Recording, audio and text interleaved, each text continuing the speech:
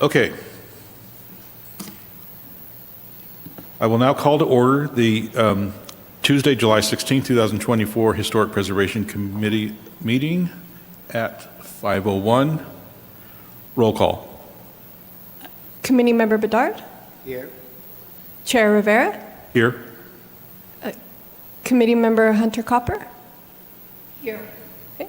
Let the record show that Committee Member Corrales is absent. Very good. Confirmation of the agenda. Are there any items on the agenda that need to be pulled or continue for a future meeting? There are no changes to the agenda. Excellent. I see you're moving on to item, okay, that's for me. Okay, so we will move on to item 1A, chair election. I nominate the two of you. Oh, my gosh. Okay, well, I'm content with doing it if no one else wants to. Okay. Would you mind clarifying, Member Bedard, the positions that you're making the nominations for, so it's clear for the record? Oh, yeah, because there's also a second position. We have to elect a chair and vice chair. Yes, there's two separate motions, so if someone wants to nominate a chair, we can make a motion off of that. Okay, well, I will make a motion on myself as chair. Is there a second? Okay. Is there a motion? Okay. Is there a motion for a vice chair? Oh, we'll do the chair first and then we'll do that. Okay.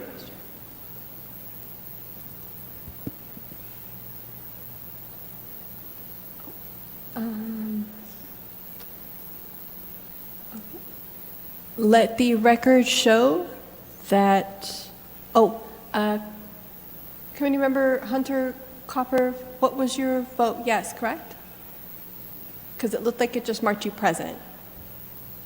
I can't. It looked like it just marked you present. So if you want to read out your vote, I can change it for you. Yes. Okay. So you have to speak in the microphone. Yeah, can we move our mics just a little bit closer? Thank you. So let the record show that a motion was made by Committee Member Hunter, actually, Chair Rivera, you made the motion, correct? I did. You did. Okay, so I will change that and accurately reflect that. So a motion was made by Chair Rivera to nominate himself to continue to be chair, seconded by Committee Member Hunter Copper. Motion passes with all ayes.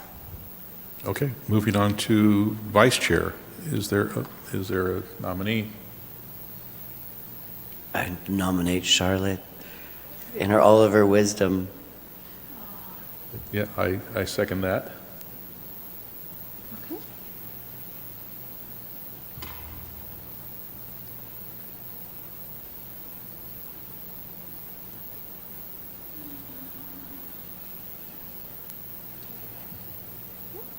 Let the record show a motion was made by Committee Member Bedard and seconded by Chair Rivera to nominate Charlotte Hunter as Vice Chair of Historical Preservation. Motion carries all ayes. Excellent. Thank you, thank you, thank you. Okay, moving on to item number 2, public comments. This is the opportunity for members of the public to comment on any items not appearing on the regular agenda. Because of restrictions contained in California law, the Historic Preservation Committee may not discuss or act on any item not on the agenda, but may briefly respond to statements made or ask a question for clarification. The chair may also request a brief response from the staff to questions raised during public comment, or may request a matter to be agendized for a future meeting. Public comment will be limited to 3 minutes. Okay, is there anyone virtually? No, we have no members in the audience, no one wishing Okay. to speak. Okay, very good. In that case, we will close public comments and move on to item 3, approval of minutes for June 18th, 2024. I move we accept the minutes. I'll second. Excellent. Okay, hold on 1 moment. Okay. There we go. Oh, You were going to second it? I was going to second it, yeah. Sorry about that. Who made the first motion? Charlotte did. Charlotte? Okay, so let me. Okay, there we go.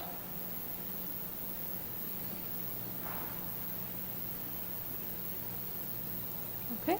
Let the record show a motion was made by Committee Member Hunter Copper and seconded by Committee Member Bedard to approve the minutes of June 18th.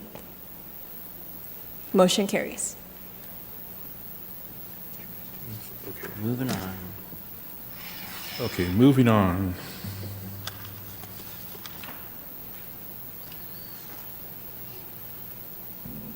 Okay, so moving on to item 4, agenda, item A, historic designation / certificate of appropriateness and removal of designation.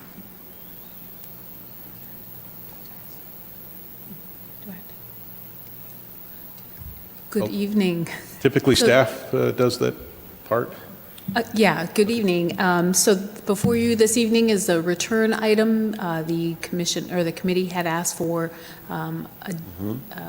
application revisions. We supplied that information, and it's in your packet this evening. Any questions, further guidance? So to go to the attachments and the planning committee staff report, is that where we're looking? It would be in your item, yes, there's attachments behind there, should be. Right, and then we're looking at the first one, the staff report or the historic preservation There's application an draft? application right in there. The draft. Great, so do you see how to do that, John? Okay, so I have 2 minor items on the historic application, the first cover page, that says historic preservation application. I would recommend that that be revised to historic designation application. I feel that the word preservation, although that's general public recognizes that use of that word, it doesn't necessarily apply to every type of application. And I think deeper into the application, a method of designation can be selected: preservation, restoration, renovation, or reconstruction.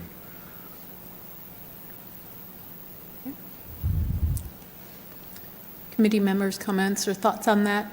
I can make that change if you are. I think it's great. I think it's much more clear.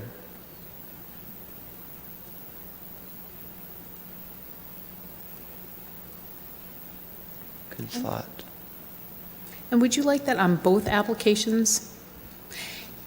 The reason I ask that is there's 2 applications in here. If you recall, they were split out into 2 separate applications, one for the designation and certificate of appropriateness, and then the other one for the undesignation or de-designation, removal of a designation. If we're changing the title of one to designation, it kind of makes sense that maybe, I'm not sure what you would want to label the other one, because it's not really a designation, because it's an undesignation. I know that's not the appropriate term for that, but it's a little bit misleading to have a form that says historic designation for a de-designation or removal of a designation. So, 2 separate applications. You could just leave it as a preservation application. You could do different things, so I'm looking for your guidance on that. I'm a little, well, first of all, I didn't get the email with the docs in it, so I'm listening and trying to picture it. I'm confused by the term appropriateness. What is the question? I mean, what are you deciding is appropriate? I think the appropriateness is not part of the question. The question I think that Chair Rivera brought up was to title the applications themselves with a different language. So right now it's termed a historic preservation application, which right now applies to whether it's a COA, a certificate of Right, appropriateness. yes, I understand that. And I do think the chairman's suggestion does make it clearer for the public we know what a historic preservation application is, but it's such a general term that the public really may not get it. Right.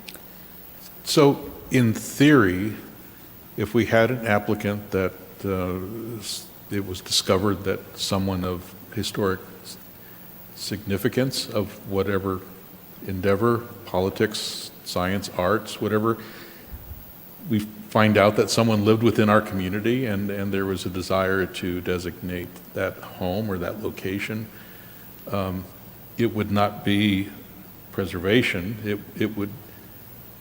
There would be a different process. So it would not be by the architecture or by historic objects but it would be the location in general. Right. So the terminology you've asked for it to become a designation application, and that's fine. The question that I raised with that is because now it's separated into two separate applications, one for designations and one for certificate of appropriateness. We have that application, and then we also have the application, the separate application for removal or downgrade of historic designation. If that's also termed a historic designation application, it runs a little bit counter to the application for removal of said designation. Well, the You can designation, and it does give a little explanation here with the note below, that was if the applicant elected to have the city staff assist in the application. I thought that was the reason for the higher fee. Can I just clarify? So there's two applications in the packet. And the first application says historic preservation application, but I understand that what you're asking for is to make it more clear as to what it is rather than just historic preservation application. Could we change that to read removal or downgrade of historic designation application? Okay. And then it would be clear for that particular application? I And then- misspoke because I was not thinking of that, the removal of designation. I was not thinking of that application. Okay, but I think you raise a very good point that it would be more clear if it identified more than just historic preservation application. And then the other one, we could call it a historic designation application. If that's where you're going with that comment, that would make sense. Okay. FYI, I'm opening up the documents, and they're both coming up as application, and maybe I'm just doing something wrong, but I'm not seeing the removal draft. It's titled removal draft, but it's coming up as the same as the first one. Maybe I'm doing something wrong and I'm not seeing it. They both say historic preservation application. Removal? top. It doesn't say that at the top of the document? No, it doesn't, but we're talking about adding it. Okay.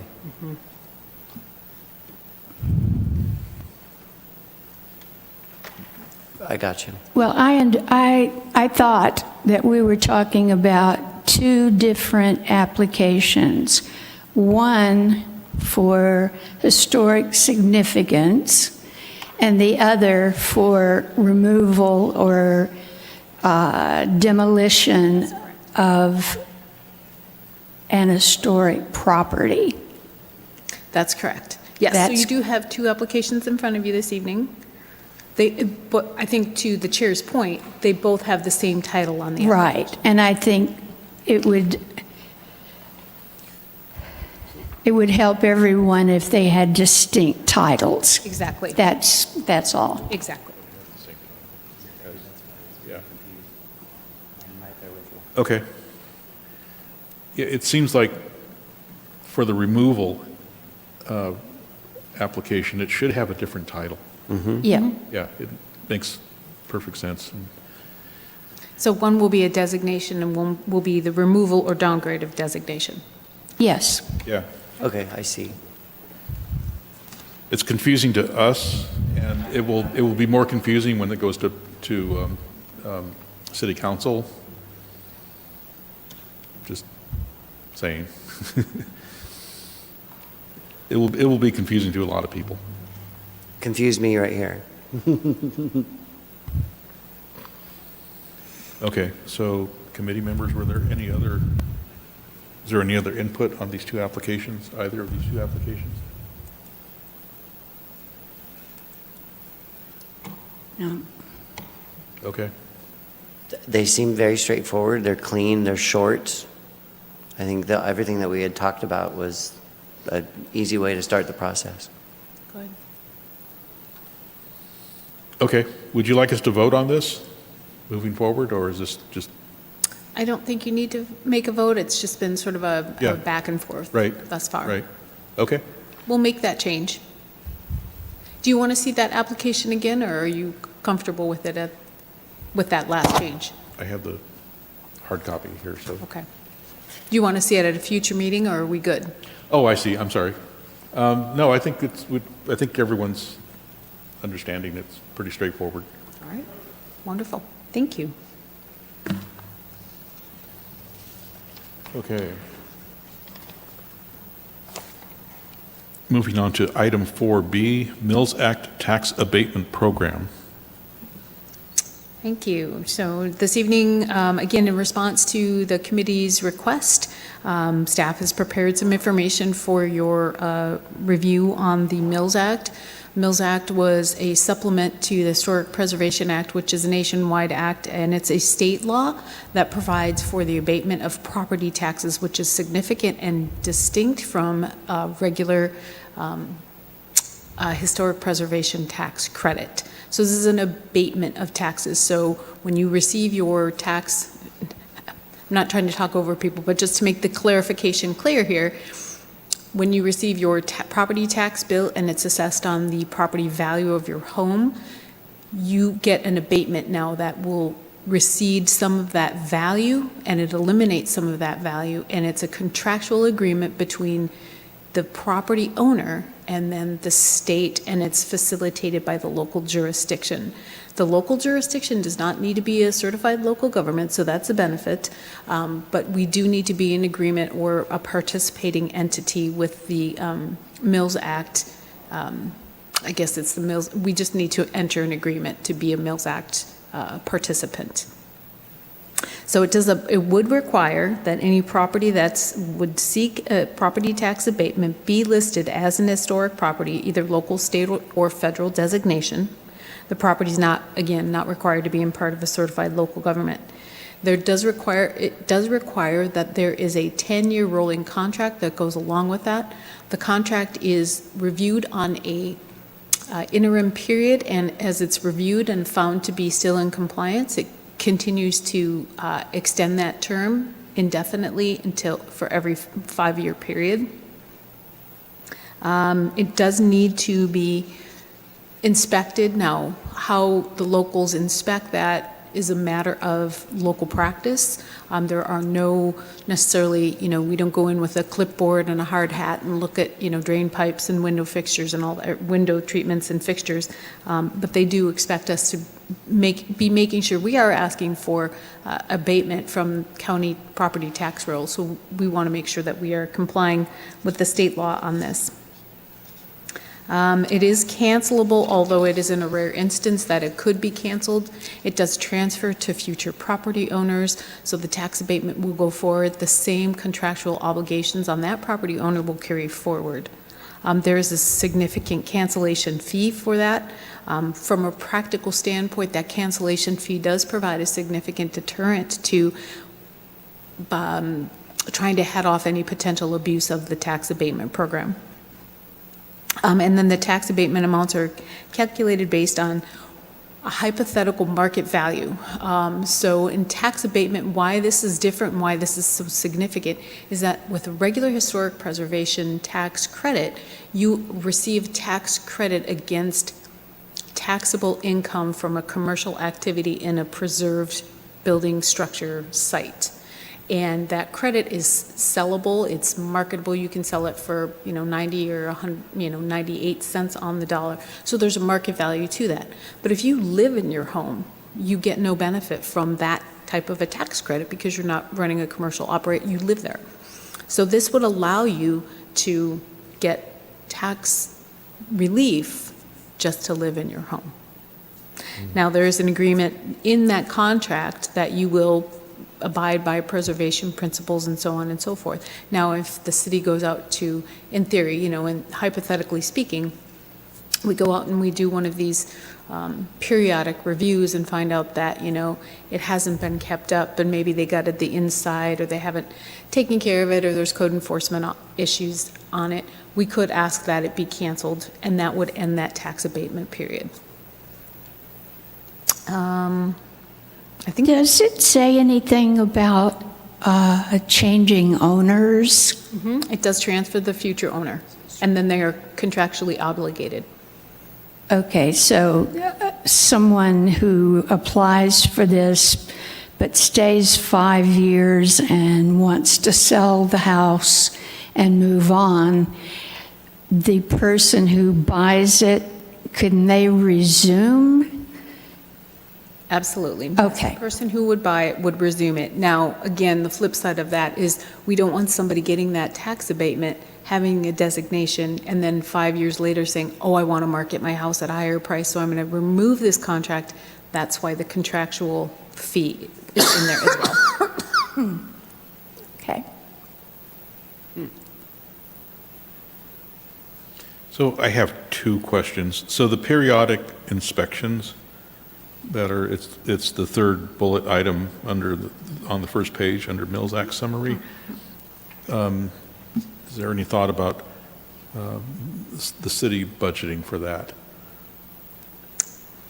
Well, it says that it's common for it to be self-reporting. Really? Okay. Yeah. And my contact at the state did indicate that a lot of municipalities do self-reporting. Now, again, having said that, it becomes somewhat obvious if someone isn't taking care of their historic home. That's a general statement. We only have one historic landmark here, so it would most likely be a self-reporting scenario as well. Again, if the city, were to find that, the people had moved out and some terrible occurrence had happened there, we could seek to cancel the abatement and the contract.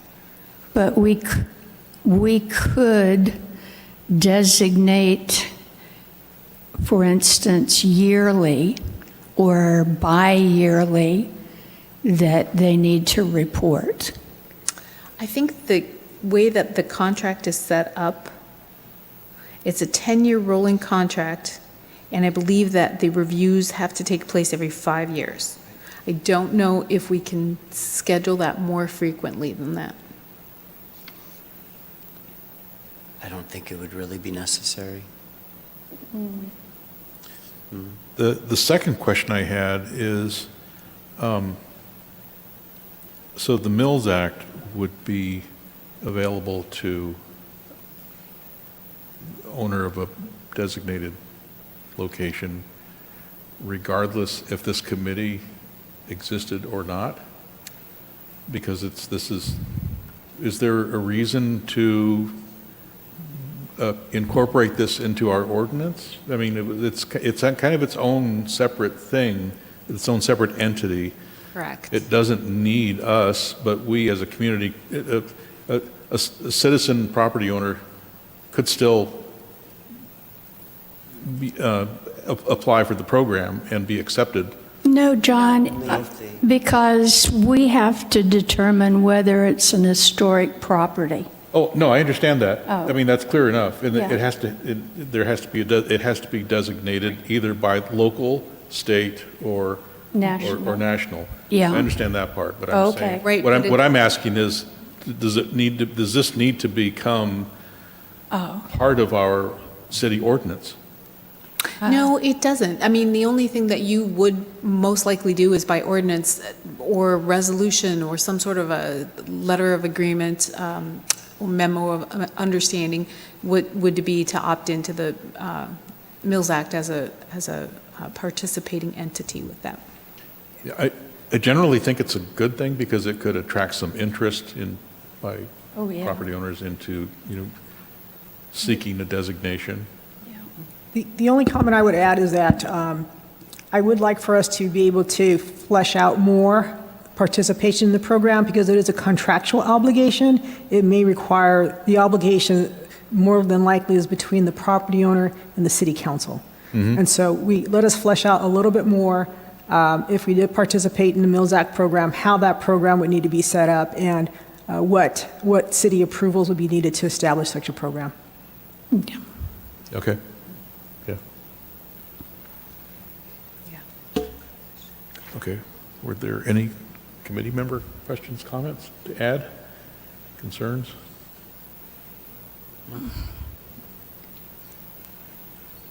Okay, so I need to ask guidance here. What is the action that is required on our part at this point? Really, staff was just looking for guidance. Okay. Would you like further research completed, or I guess, Deputy Director had a good point. We can flesh that out a little bit more, find out what would be required to make sure that our compliance with the contractual agreements are appropriate, see what that looks like. We'll bring back a report. Okay. My only, I'm sorry, go ahead. No, go ahead. Good. My only thought was that when we tell the public about this, we need to state, because they might not understand, is that they have to go through the Historic Preservation Commission in order to apply for the historic designation. In my first meeting with the Historic Preservation Committee, there was talk about, making sure that we're educating the public. This provides a great cookie in terms of, this is something that people are very, tax abatement, their ears perk up. So this is a great opportunity for the Historic Preservation Committee and for staff and for the city to really say, hey, guess what we're doing here? Is there anyone who would be interested in coming and talking with this committee about potentially designating their property? So that's helpful. Right now, there really isn't much incentive for people to designate their property because there isn't any commercial activity. Like I said, the only preservation financial incentive is the historic tax credits. Mm-hmm. So, this is a good deal. I think it's a great opportunity because the question that people always ask me, so what's the next thing? What's the next one you guys are going to designate? And I tell them, well, actually, it's not us. It's the property owner that needs to come forward and express their interest in pursuing the application. It's not like we're scouting out the city and picking out what the next one is. Yeah. So it requires action on the applicant's part. It's not us. It's not the tail wagging the dog. Right. Exactly. All right. Any other comments on that item? No, I think we're ready to move on to the next item. All right. Okay, item 4C, establishing historic districts. Again, this was a request of the committee to bring back information on how to establish or how the city would either codify or set up a process for a historic district designation process. So this is very similar to designating an individual landmark, except because there's more property owners involved, that makes it more complicated. So the one thing that the committee would want to consider in how a draft ordinance for something like this would be written would be how that district is defined. Typically, it's going to be some sort of a block or 2-block area or some geographical location. Then you would want to look at those resources that are within those, consider which of those resources are contributing resources, meaning that they have substantial or significant features, elements, and whatnot that lead to us wanting them to be preserved and that they would maybe be classified for designation on their own merits, and then what would contribute to the district in general. The reason that that's important to designate those items, first, is that you want to know what that threshold is. Do you want to have 60% of those resources be significant so that it contributes, that it would create proximity that would say, okay, now this is a good location for a district. We have enough resources kind of concentrated in this area. And also to know the difference between the two, because as a district is formed, the historic preservation ordinance will apply to the resources in that district, but it will apply to them differently. So it will apply to contributing resources in a different manner that it applies to non-contributing resources. So if I own a property in the district and someone else owns, and it's a non-contributing property, and my neighbor owns a contributing property, and now we have a district, and maybe my property, maybe I don't want to make any changes to it. Maybe I don't have to bring it up. Maybe I don't want what I do to my property is going to be the least amount that I can afford. That's how a lot of people have to live, and it just is that way. But if this person has more resources, I would be subject to the same type of design restrictions on my modest house as they would be on their more, let's just say, elaborate or resource home.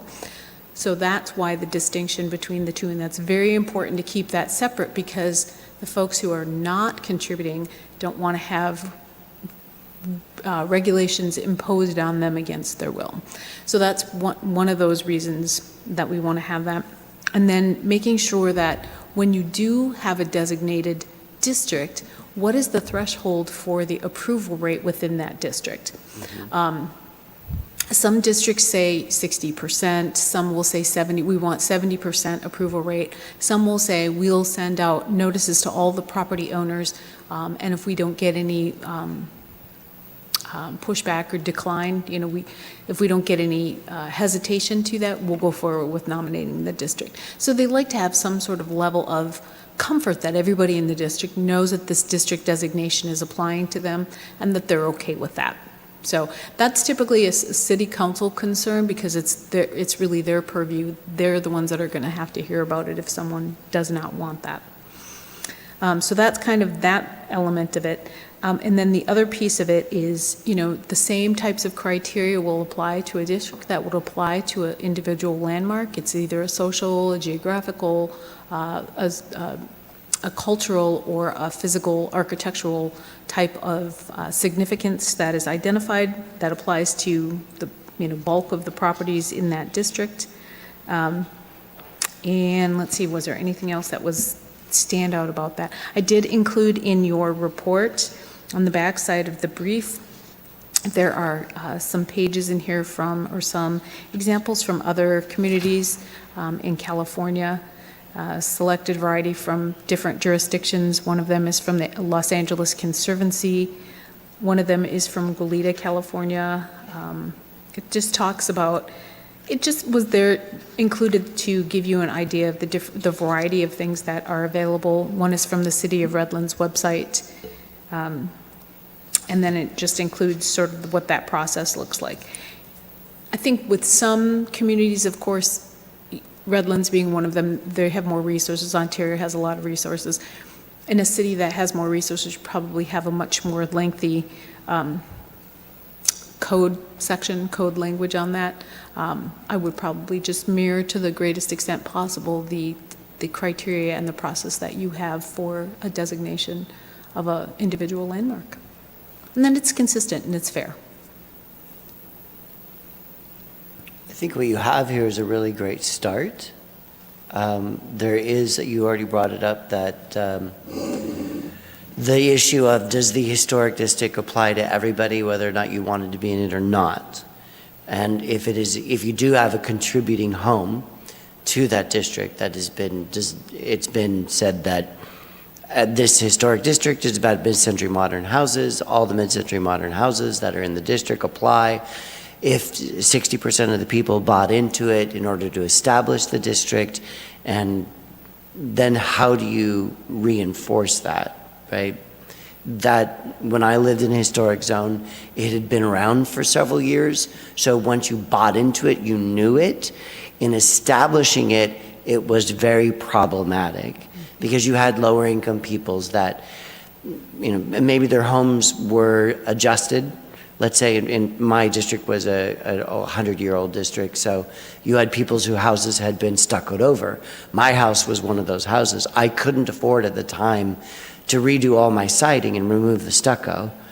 Was I going to be forced to? That was a concern of mine. There was no worry about it. And with the language in that particular district, if you were to make improvements on the house, at some point, I would have to take the stucco down. I couldn't take a house that was a contributing home and stucco it, but what had been done to the homes prior to that was acceptable. And it was graded by each house had a percentage. I'm not sure exactly how they did that. I don't know if there's some information that we can get on that, but if we could say this house, like my house had been stuccoed over, and concreted in. So there was nothing living on the property, and it was covered in stucco, and it was a timber home, right? So my house only had a 50% designation. But if I was to do improvements on my house, I would be required to take down the stucco at some point. How do we figure that out? And that sounds like that's a very specialized sort of district designation. So normally, like what I was talking about with having, you'll have resources in your district. Some of them will be clear resources. And I would almost, at some point, having a survey, and survey can be done. We could do a survey, if we can enlist your help and do a survey in-house. It's not terribly difficult to do that. But you can kind of tell Right. community. I mean, that's just one It's a way. big incentive. The Mills Act is a huge incentive. It's a big for incentive, people. yeah. And you had mentioned earlier about opting out. Like, if I had a contributing home, could I opt out? It's going to piecemeal the district. And Right? that's going to be the difficult part. So I have not seen an ordinance that does allow a contributing resource to opt out of the district. The district exists to keep the district moving itself forward. Right. But there could be, and it's even hard to say that they wouldn't be contributing. If they're contributing, they're contributing, right? Mm-hmm. You can't say, well, maybe it's not as nice as it really is. But that's when you need to understand, or it was important for us to understand the level of contribution, right? Because my house had been so augmented over the years. Yes, the basic structure of the house, if you squint at it, you could see the original home that was underneath all of the changes that had been done. So the integrity of the house wasn't necessarily there, but it was a home built in that time period. It still had the same shape of that original house. It had the architectural feel still of the house, but stuff had been done to it that sort of lowered it wasn't 100% contributor. Does that make sense? Right. Is there a way to grade these things? I don't know that there isn't a way to grade. I guess I would look at that ordinance and see how that one was written. It sounds like it's a little bit more complex or sophisticated than probably what we're ready for, but, We can get guidance from the ACHP, the Advisory Council on Historic Preservation. There's a phone number that we can call and ask the question about. Yeah, the certified local government contact that I have at the state of California has been extremely helpful. She loves these questions. She revealed to me, I hope I'm not speaking out of turn here, but that she loves local preservation, which is near and dear to her heart, which made me very excited because it's also very near and dear to my heart. And so what you hear with local preservation is to keep it local. We don't really look to what the feds want. We look to how we want to make our designations and craft our ordinances so that it brings the most benefit to our community. It's very much a locally flavored and very spirited by our local values, our local community. So we can tailor that ordinance. I haven't seen one, so I can't speak to that. But if I saw one, if you have an example, feel free to email it I'll to me see and I'll if I take could a look find at it. something. So on that note of local, I think that there is an overlap between our community and the local tribe. That maybe there is, and I'm really looking way out there, that maybe there is some area, I don't know that would be a community that has some very long late past of significance that creates a district in itself within our city. I think that would be a question for the tribe. And usually tribes do have their own Office of Cultural Right. Resources or We something. we know that. Yeah. Yes, So I've that- been in touch with them, in fact, to discuss the possibility that if one of our members leaves, that we could have one of the historic preservation people from the tribe be on our commission. Is it, I think that's a great idea, Charlotte. As another topic, is there a way to show, and this would be to support the designation, financially for the local community, these designations generally really are economic powerhouses. They have a huge impact on the identification of the city, of the area, and the economics. Is there a way to add that type of language? Is it needed? Is it not the place for it? Is there something that demonstrates the viability? You know, cultural and heritage preservation and tourism is a thing. It is an economic driver. You're absolutely right. And I think if I'm understanding the question, with an ordinance, we can put in there, you know, the purpose of this ordinance is to help support the local Correct. economy, and it's to help preserve the local stories, and it's to help bridge the gap between the locals and the tribal communities and preserve our resources. We can put lots of things in that ordinance. That's really great, because that ordinance then will help support us if we ever are seeking funding. So the more that we can have in there that's relevant and important or significant, the more that we can have in there, the more we might be able to qualify for funding. Unfortunately, funding is usually available to more well-resourced communities, or to communities that have opted in at, or gotten a CLG designation, Certified Local Government designation. That isn't to say that that wouldn't help us at that if we ever did get a program and a plan up and rolling. But yeah, absolutely, and it's great. It's a great marketing item for tourism.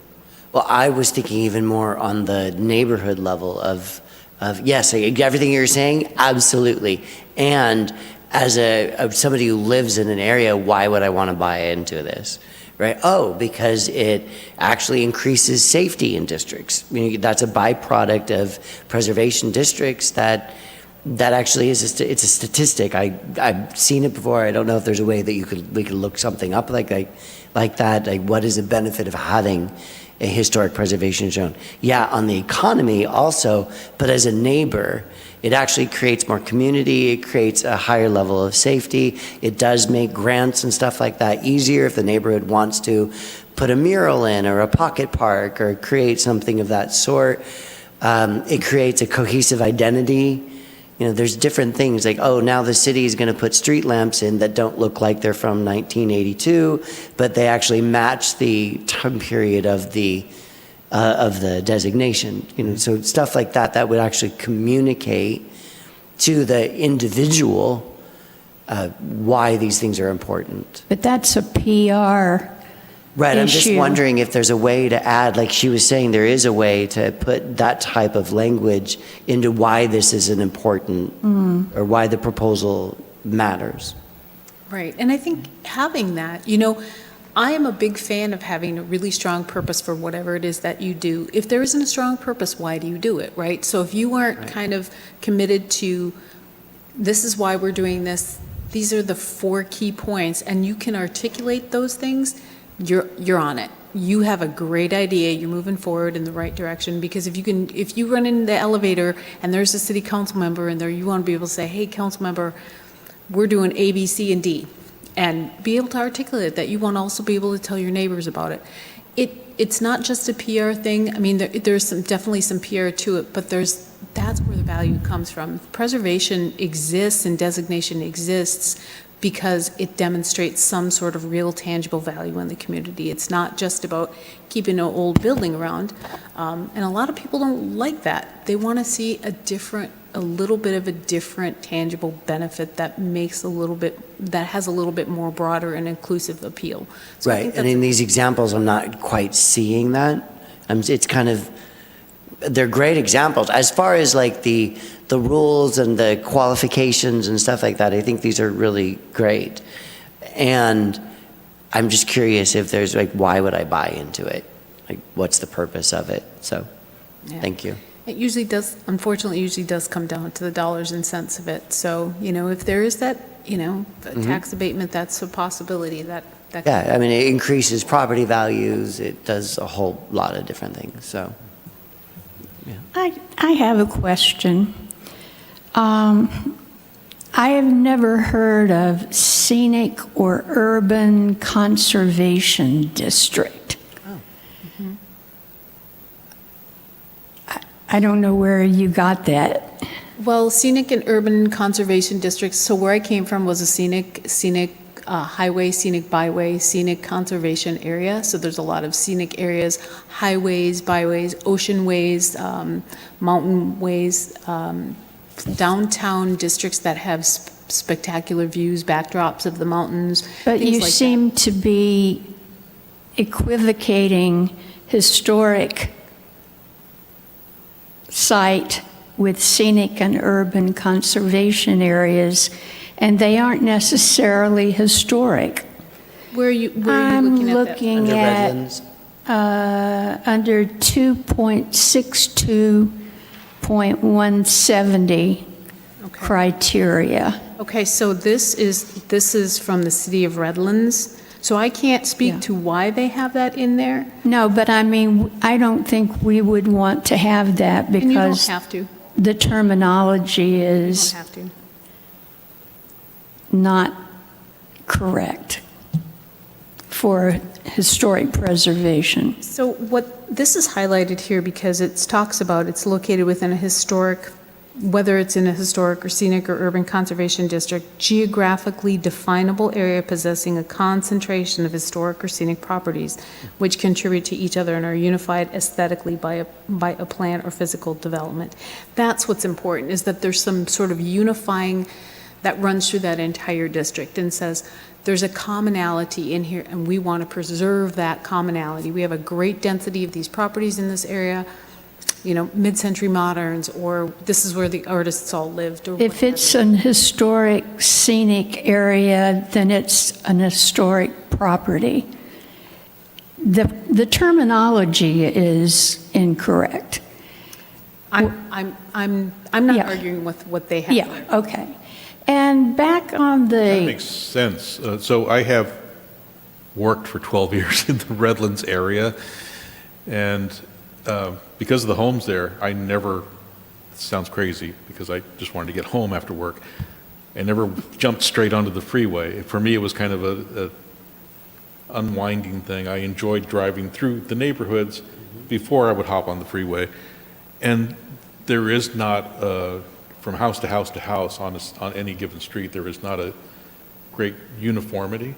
There is definitely a more noticeable presence of certain types that are more prominent than some of the others, but it is kind of a mix.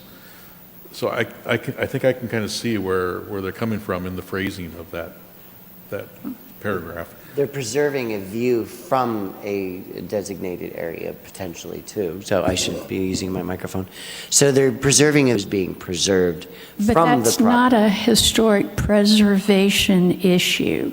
That's perhaps the city council, but we're talking about specifically historic districts. You can't say that a district is historic, and so therefore you can't obstruct their view. That's not within the purview of historic preservation designation. It's just I mean, I understand what you're saying, but it's not in our bailiwick to do that. I think if you don't want that, don't include that. There's a way to get this and to make this work, and I think that commissioner members or committee members are correct, but if you don't want that designation, just simply leave it out. Yeah, I don't think I'm just trying to understand. You had a question about what it was. And so Right. I was just answering what it was. Yeah, Now, well, whether it's it's either- not, we want it in our draft, I don't necessarily think it's appropriate. Maybe if what we're doing is opening the door for people to come in and nominate a district. If the Cove maybe feels that the way the mountains reflect the light on their homes, I mean, I don't know, but there's a backdrop of the mountains that's important to the historical building or the neighborhood itself. Not within the language of historic preservation. Okay. You can leave that out. It's okay. I think just one of the things that was said early on is that the ordinance that you ultimately develop is a locally developed Absolutely. ordinance. And so for the city of Redlands, that was important to their ordinance. Right. So something that's crafted for Cathedral City can be based on the Cathedral City values. I think that obstruction of views is really more, that's within ARC, Planning Commission, Sure. and- Yeah. and the Planning Department. Yeah. Sure, I would, yeah, absolutely. Thanks, Peter. I understood what you were saying. I'm just trying to clarify that there is specific language that's used. There's another place in here where Redlands used significant, the word, in an inappropriate place. But I see what you mean. it's just that there is specific language that means specific things. And if we start using generalities, then we're taking away from our ability to establish what is significant and what isn't. Right, so Redlands may not be a good resource for us. Well, parts of it are, Yeah. but not everything. And on the front page, it says historic districts may be referred to by a variety of names depending on the jurisdiction, including historic preservation overlay zones, HPOZs, and historic district overlay zones. I have never heard of that terminology. Oh. Yeah, those are pretty common. Yeah, that's what my first introduction was to a historic district, was the city used the legal name of a historic overlay zone. Never heard of it. Yeah. Yeah. That was, the historic overlay zone is the designation. But isn't it just an historic district? It was basically for planning and zoning, that you had an overlay that was put on top of the city. So let's say there's an area neighborhood, I and think- only one portion of it is going to be designated. That overlay zone was on top of whatever zoning laws, rules, regulations, and there was a separate board, so you had to present any changes to your home first to the planning department. Once the planning department gave approval, then you had to go to the overlay zone and that board as a way to get anything done. It was a little cumbersome, but it was relatively easy. Okay, but when you said planning, you hit the nail on the head. It's not an historic preservation. That's the language they used. So a historic Well, preservation. For the planning people, yeah. No, but for the not- whole thing, for the zone, everything in that city, it was designated a historic preservation overlay zone. No. It's really just a semantics thing. Yeah. It's called an overlay. It can be called an overlay, it can be called a district. A lot of places do call it as an overlay because they might have a downtown development authority that's also an overlay. They might have a downtown business district, or they might Yeah, but have- that's a planning. But those also have multiple uses, right? Yeah, This they one would be do, historic. but it's not what we do. But you're create- historic, so it would be in your purview. It's really, I mean, if you get to that point, I think you can hash out what you'd like to call Yeah. it. Yeah. We can call it anything you want.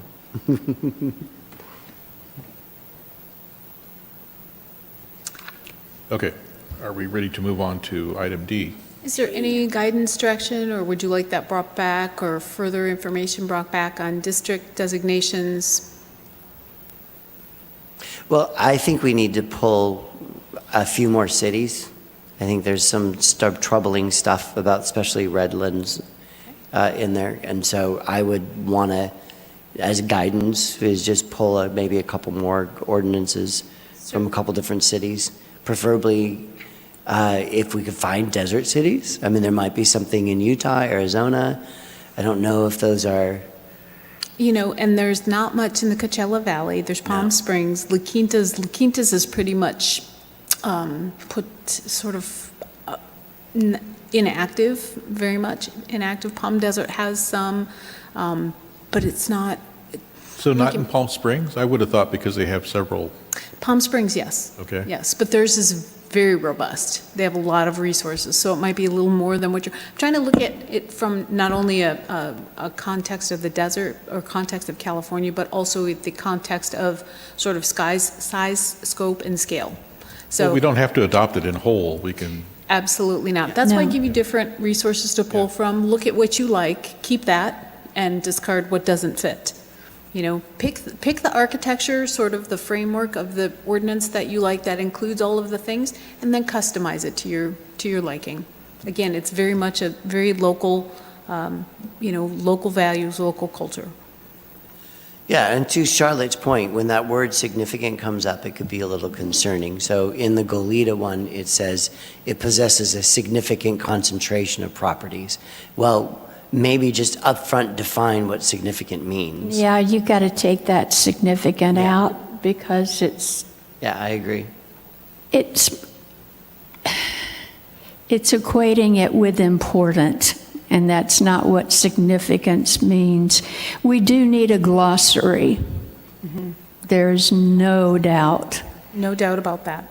because when most people read these, they're using, I mean, the terminology sounds like words that they commonly use, but they don't mean the same thing in rules and regulations of the ACHP. Yeah, that's kind of why I was saying, well, how much is something significant? Normally that, you're going to have that, like I said in my earlier presentation, there will be some sort of a trigger mechanism. A significant number of property is a thing. It's an okay thing to say. You will have some sort of a definition, and, is that 60%? Is it 50%? Is it 40? Is it, you'll define that for yourselves, but that is commonly used. Now, significance means that it has met the criteria. Significant, there are two different words. You're talking about significant. When you talk about a significant property or a significant properties,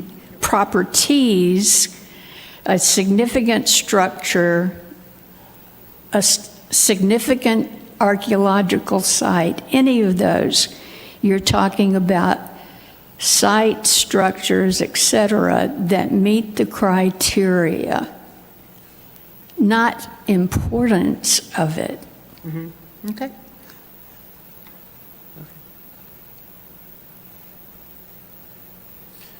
so If you have any, what comes to mind for me in the city of Palm Springs is the movie colony. I am by far not an expert on it at all. I just know of it, but I've been through the neighborhood in years past, and some of the homes are maintained in a historic condition, and others are not.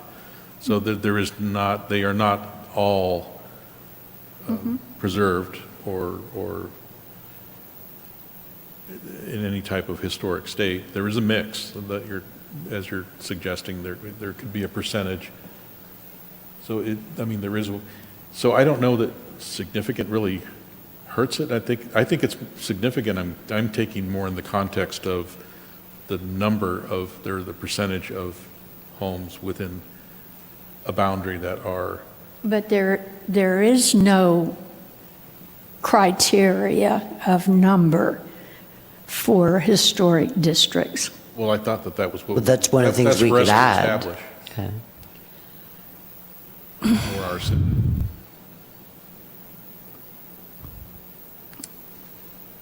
Why? Certain percentage of the homes need to qualify in order to create the district, or a certain percent of the buildings. I mean, unless we're just doing a single home. If you're creating a district, then you can't create a district that doesn't have a dominant style or dominant something. There needs to be something that makes it valuable or quantifiable. So there needs to be a percentage. You can't say, oh, well, this entire district is a historic district, but there's only 2 contributors to it. I'll call the ACHP and see what they say. Okay, great. Yeah, because I don't know the answer, Perfect. but I've never seen I've never seen that be a question. But it could, particularly here. Yeah, I mean, we can talk about that and you know, we can move on. But there are, if you look in the other ordinances, you will see those numbers in there. I think this is a good start. I think Pick your we've own. discovered some problems. And I think if we could get some more feedback from other cities and how they're doing it, so we're not reinventing the wheel. That's never happened before. I'm meaning as a good start. I think that, I'll bring back Palm Springs. I'll try to find some other ones, again, sort of similar in scope and scale. Palm Springs is wonderful, but they are very robust in a lot of their, we look at Palm Springs as a great example. I think We there might- is a national bulletin put out by the Park Service on historic districts. yes, there is. I'll have to look and see if I've got one at home. You know what, I think you're correct. I remember when I was part of the historic zone I was in, there would be an email, I got on a list. And there is something that might be a great resource. You are looking at creating local districts, though. Keep Right. that in mind. It was a list of the local districts and how the local districts were handling stuff, and I believe it was through the Parks Service, as odd as that sounded, Yeah, they might not have a local board. maybe. Okay, Okay, so we look forward to getting more information. More information on that. Thank More you. to come. Okay, moving on to item 4D, zoning code update.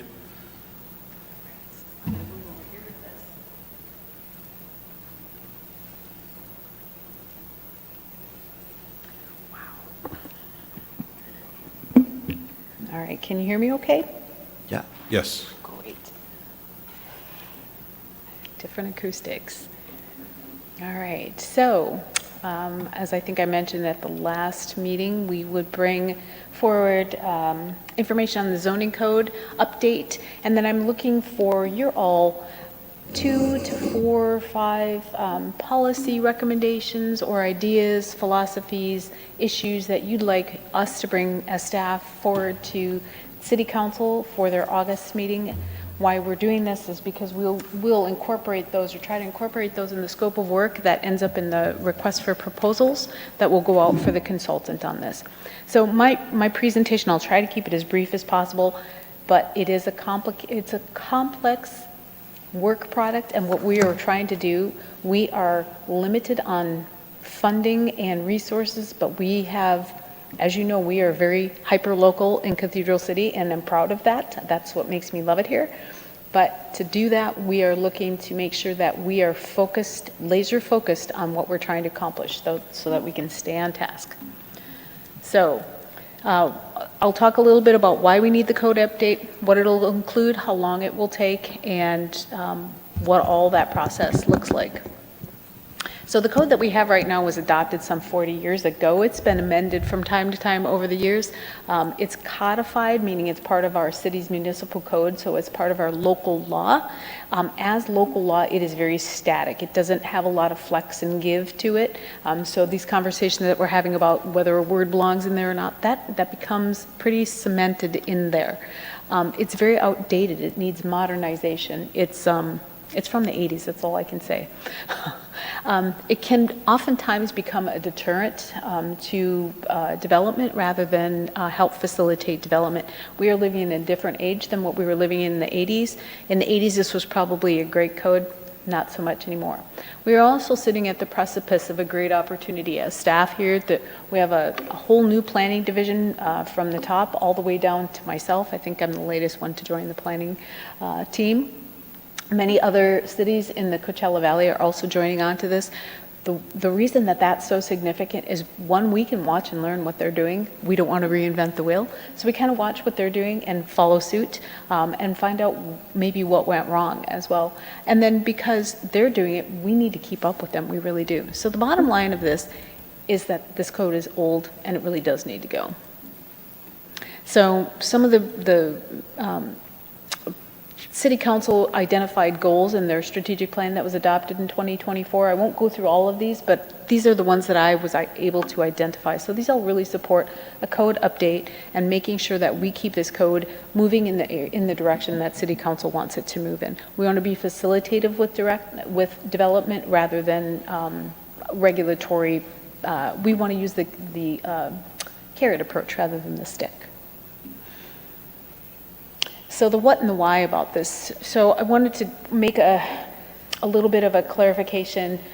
When it comes to what a zoning code does, different from what a general plan does. So a general plan is a long-range vision process. It's usually a 20-year plan for city, and is updated or looked at on either 5 or 10-year incremental periods where they look at it and go, okay, how are we meeting those goals? It sets the vision. Where do we want to be in 20 years? What do we want to look like when we grow up? The zoning code is sort of the vehicle and how we bring about that vision in the general plan. So that's the relationship between the two. We're not recreating the vision. We're not recreating the general plan. We're creating the vehicle, the car, for how we get to where we want to be.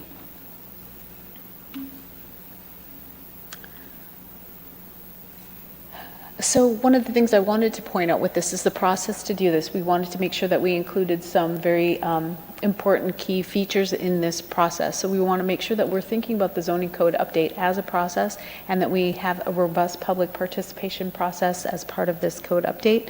As part of that, we want to incorporate a steering committee of key decision makers that will be involved in guiding this process, as well as a technical advisory committee. We are looking at a probably 18 to 24-month time frame from start to finish. I've been here for about 5 months, and I don't know if that counts in there, but we want to get this wrapped up within 18 to 24 months. So right now, our tentative timeline for launching the RFP and consultant selection, we'd like to have consultants selected by early October.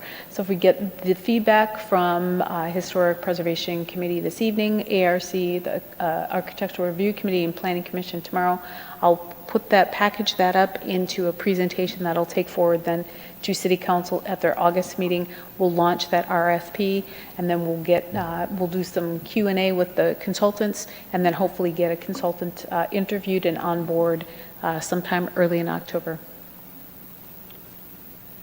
So first of all, I want to thank everybody for taking the time, whoever has taken the time to answer the survey. I know that it was only 6 questions, but the questions were very thoughtful, and the responses took some time and some thought and some effort. So I really appreciate your input on that.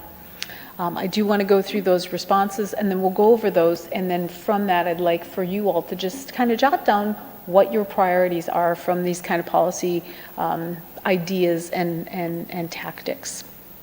So the first one had to do with design guidelines. So design guidelines, what should they apply to? Should they apply to all types of development or specific types? I think we were pretty clear. We had 13 responses out of 21 that were sent out. And of those 13 of them said they should apply to downtown. Well, that makes a lot of sense. Second place was the multifamily residential projects. That came in at 12.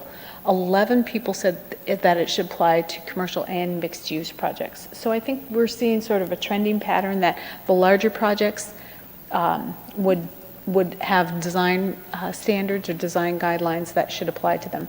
Right now, our design guidelines are standalone separate documents, so they're not codified into our law. They're very outdated, they're very subjective, they're very difficult to sort of administer, and so it leaves staff in a very difficult place, and it also leaves our developers in a very difficult place. We like for our developers to be clear from the get-go, yes, this is going to work, or no, this isn't going to work. We want to be able to provide them with adequate guidance so they don't have to invest a lot of time and money into a risky proposition. So what we're seeing there are potentially those three things that we would have design guidelines that ideally would become design standards, and they would be codified in what we call a unified development code, which includes zoning code and design guidelines. The next question had to do, again, with design guidelines, and there's two approaches essentially to design guidelines. As I mentioned, right now we have these sort of loose and beautiful design guidelines that the graphics are clearly from the 1980s, potentially from the 1990s. They convey some beautiful architecture, but they might not be contemporary for the times that we're living in now. But should those design guidelines be more objective or more subjective? The difference and the challenge between those two is that objective leaves much less room for interpretation. That can be good and that can be bad. It depends on who's looking at that. But it is quite prescriptive, and that sometimes can hamstring some designers who like to have a little bit more flexibility. The good thing here that we see in this response set is that there's a lot of support. The middle bar shows a lot of support for an alternative compliance or an alternate compliance process. And what that says is that if given a certain set of guidelines or standards and the application can't quite comply with them, but they would produce something better than what would be produced under the standards, there'd be an alternate pathway to achieve that. There'd be an alternate way to approval. Right now, as it stands with specific design guidelines, you either pass or you don't. This would provide a backdoor route, but not bypassing them, but giving someone the opportunity to say, I've got a better idea. Let me show you how it's better. So we do see support for that. There was some support, there was some quite strong support for subjective guidelines. Subjective guidelines have pros and cons as well, but there was also quite a bit of disagreement with subjective design guidelines, and I think that speaks highly to the fact that, let's go with something more objective. The nice thing about objective is a lot of objective approvals can be pushed down to a staff level approval or a ministerial approval, which takes time off of your plates or your decision makers' plates, whether it be yours or you don't see a lot of design review, but our other committees, it frees them up to do other things that they love. So the third question had to do with development standards. These are different from design guidelines in the fact that these deal with things that are more like building heights and setbacks and landscaping percentages, parking requirements, things of that nature. We're looking at how flexible do we want to be with things like those, and do we need to start ratcheting some of that back? Because some of it does cost a lot of money. The one, again, the red bar, that is that alternative compliance component. That's the same thing that we saw very highly supported in the last question. Some of these questions did get repeated, and that was intentional, but that was very highly supported. The blue and the orange bars highlight the items where the development standards should vary between different districts and for different types of development. So there's an understanding that different districts should have different development standards, different setbacks, different building heights, things of that nature. That makes a certain amount of sense. Where we didn't see a lot of support is under the spacing. And when we talk about spacing, it was the question on this was spacing between what might be considered contrarian uses to each other, like maybe what we do with cannabis. There's a cannabis spacing. A cannabis can't be as, within so many feet of a school district or a nursing home or something like that. And sometimes we have spacing, you have to have so much spacing between similar businesses that kind of proliferate in, auto body shops, that type of thing. Wasn't a lot of support for that. So we do have that in the code right now. It does become a little bit of an administrative pain. I wouldn't mind if it went away. Could you just, so there's the language I'm not quite understanding. So there was support for more spacing, or it was? Not as much support for Not the as much spacing. support for Correct. that. Yeah, I think the number on the spacing was 7. There were 7 responses out of 13. So not, not terrible, but, maybe the code will be fine without that. And if you have clarifying questions, feel free to ask, and we'll talk more at the end as well. I didn't want to get too caught up in what they all meant, because I want to get to the end so that you can talk about the policies in general, where we can pick those out. The fourth question had to do with economic development and infill opportunities. This is something that Cathedral City has an abundance of what I feel are tremendous opportunities for developers, yet we're seeing a lot of the development sort of leaking out into other communities. Why is that happening, and what can we do to help sort of incentive economic development and infill opportunities? One of the things that came out from this survey with a high response support for, with 10 responses in support of, were reducing parking standards and being flexible with parking standards. There was also a question on there about putting in parking maximums. That's been a new trend in land use planning, is to assign parking maximums, because you'll see so much parking. A lot of people are going to multimodal and doing different things with parking, car shares, scooters and the like. Excuse me. We got 0 responses on that, so we're going to ixnay that one. With those two things, the other things that were also supported on this particular question were, excuse me, assessing the downtown residential uses and making sure that those are still calibrated to their appropriateness for residential in a downtown area.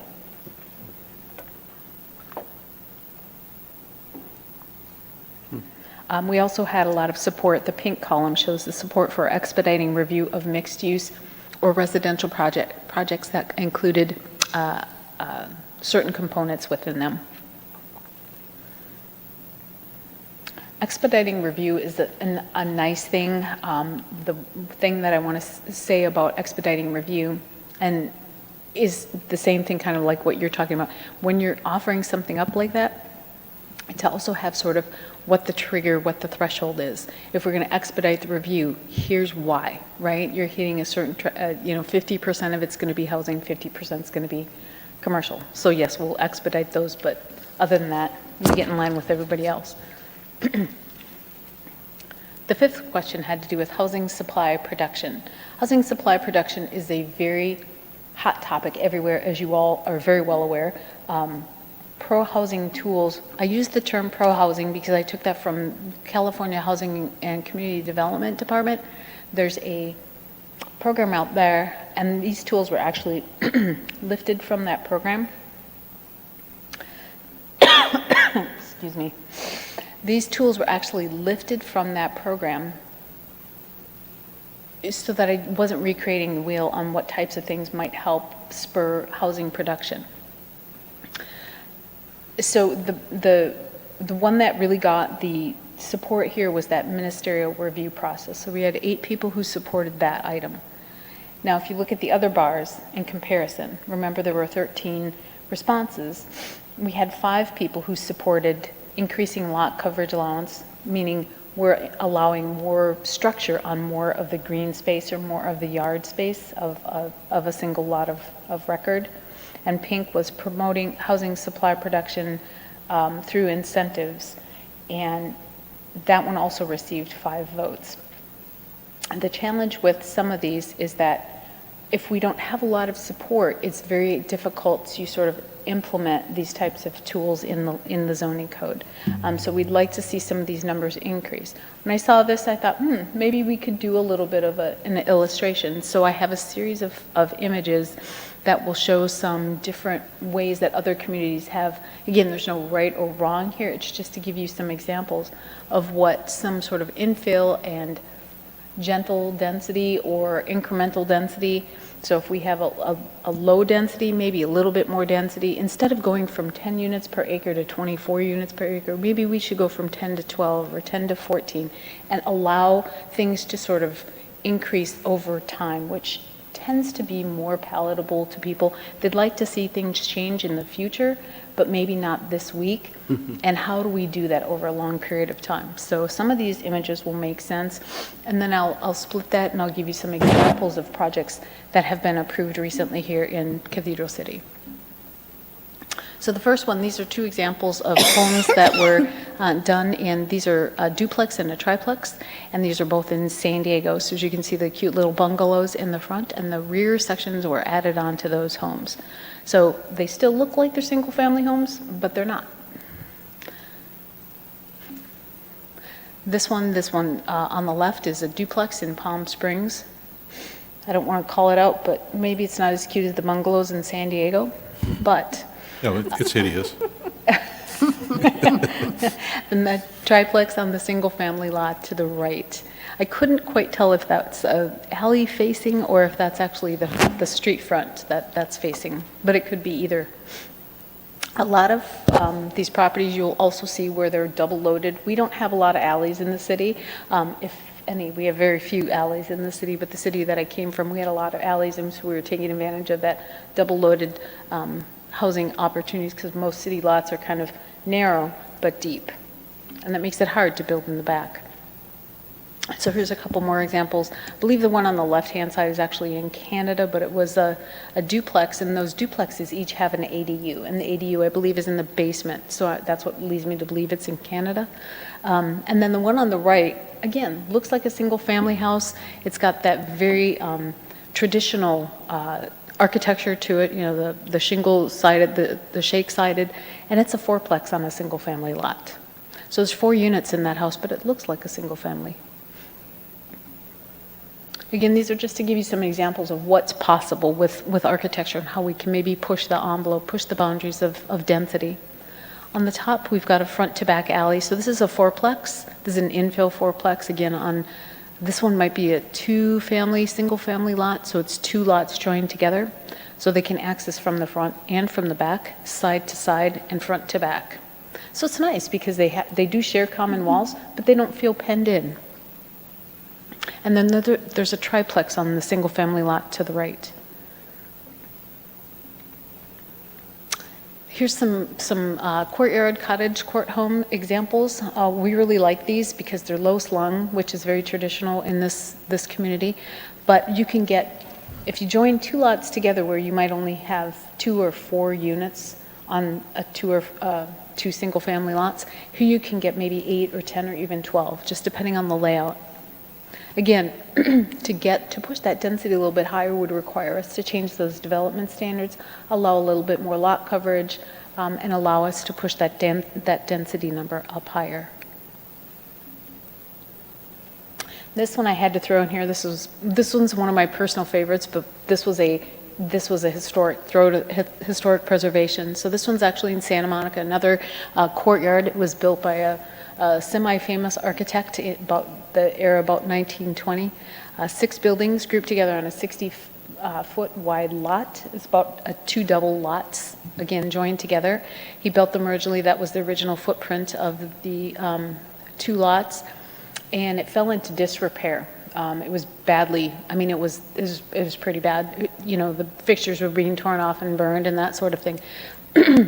A group of folks got together, purchased it in the 70s, put extensive work into this. I'm sure it's not affordable. It is in Santa Monica, and it's not too far from the beach. And 1977, it became Santa Monica's first landmark property. So that's pretty cool. And it's really beautiful. It's, what is the name of this one again? It's called the Horatio Court, I think is what it's called. And if you Google it, you'll find it comes up quite easily. Again, another courtyard.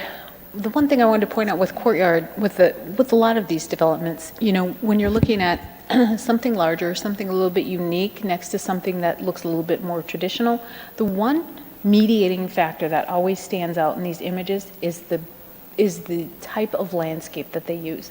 Now, if you just put in barrel cactus, it might not do as well as if you have some nice canopy of palm trees or some other sort of deciduous tree that can help sort of mitigate the facade difference. The multi-unit building on the right-hand side, I'm not sure how many units that is, but that's another desert multi-unit in a home that could have been a single family at one time. Here's a little bit more unique. The courtyard mini homes are in Venice, California. On the top there, I don't know how big those units are, but they're probably between 400 and 600 square feet. You know, one of the things people are looking for are smaller homes. They want to air condition less space, they want to clean less space, they want to store less stuff. We are also in lockstep with that. We're seeing a huge drive for mini storage space. On the right-hand side, we have two single-family lots that were joined together, and on the two lots together, they built 5 individual units. And again, they look like single-family units from the front, but there's 5 units there.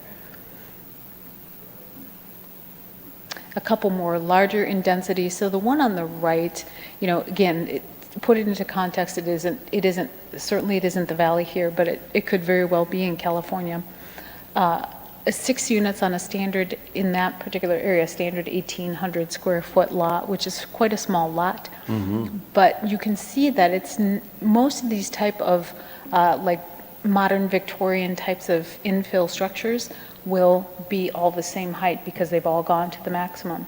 If we're assuming that the building to the left already hit its maximum, this one is just demonstrated displaying an incremental height difference. It's about 10 or 12 feet taller than the building on the left, and I would venture to say that the building on the left is probably 30 or 32 feet. So potentially the building to the right is taking advantage of an incremental height development standard benefit. That's just to give you an idea of how that looks. If we gave them 50 feet, it would look drastically different. So we'd like to tie it or somehow link it to its context, what's around it, and how can we potentially build something a little bit larger than what's allowed there by right.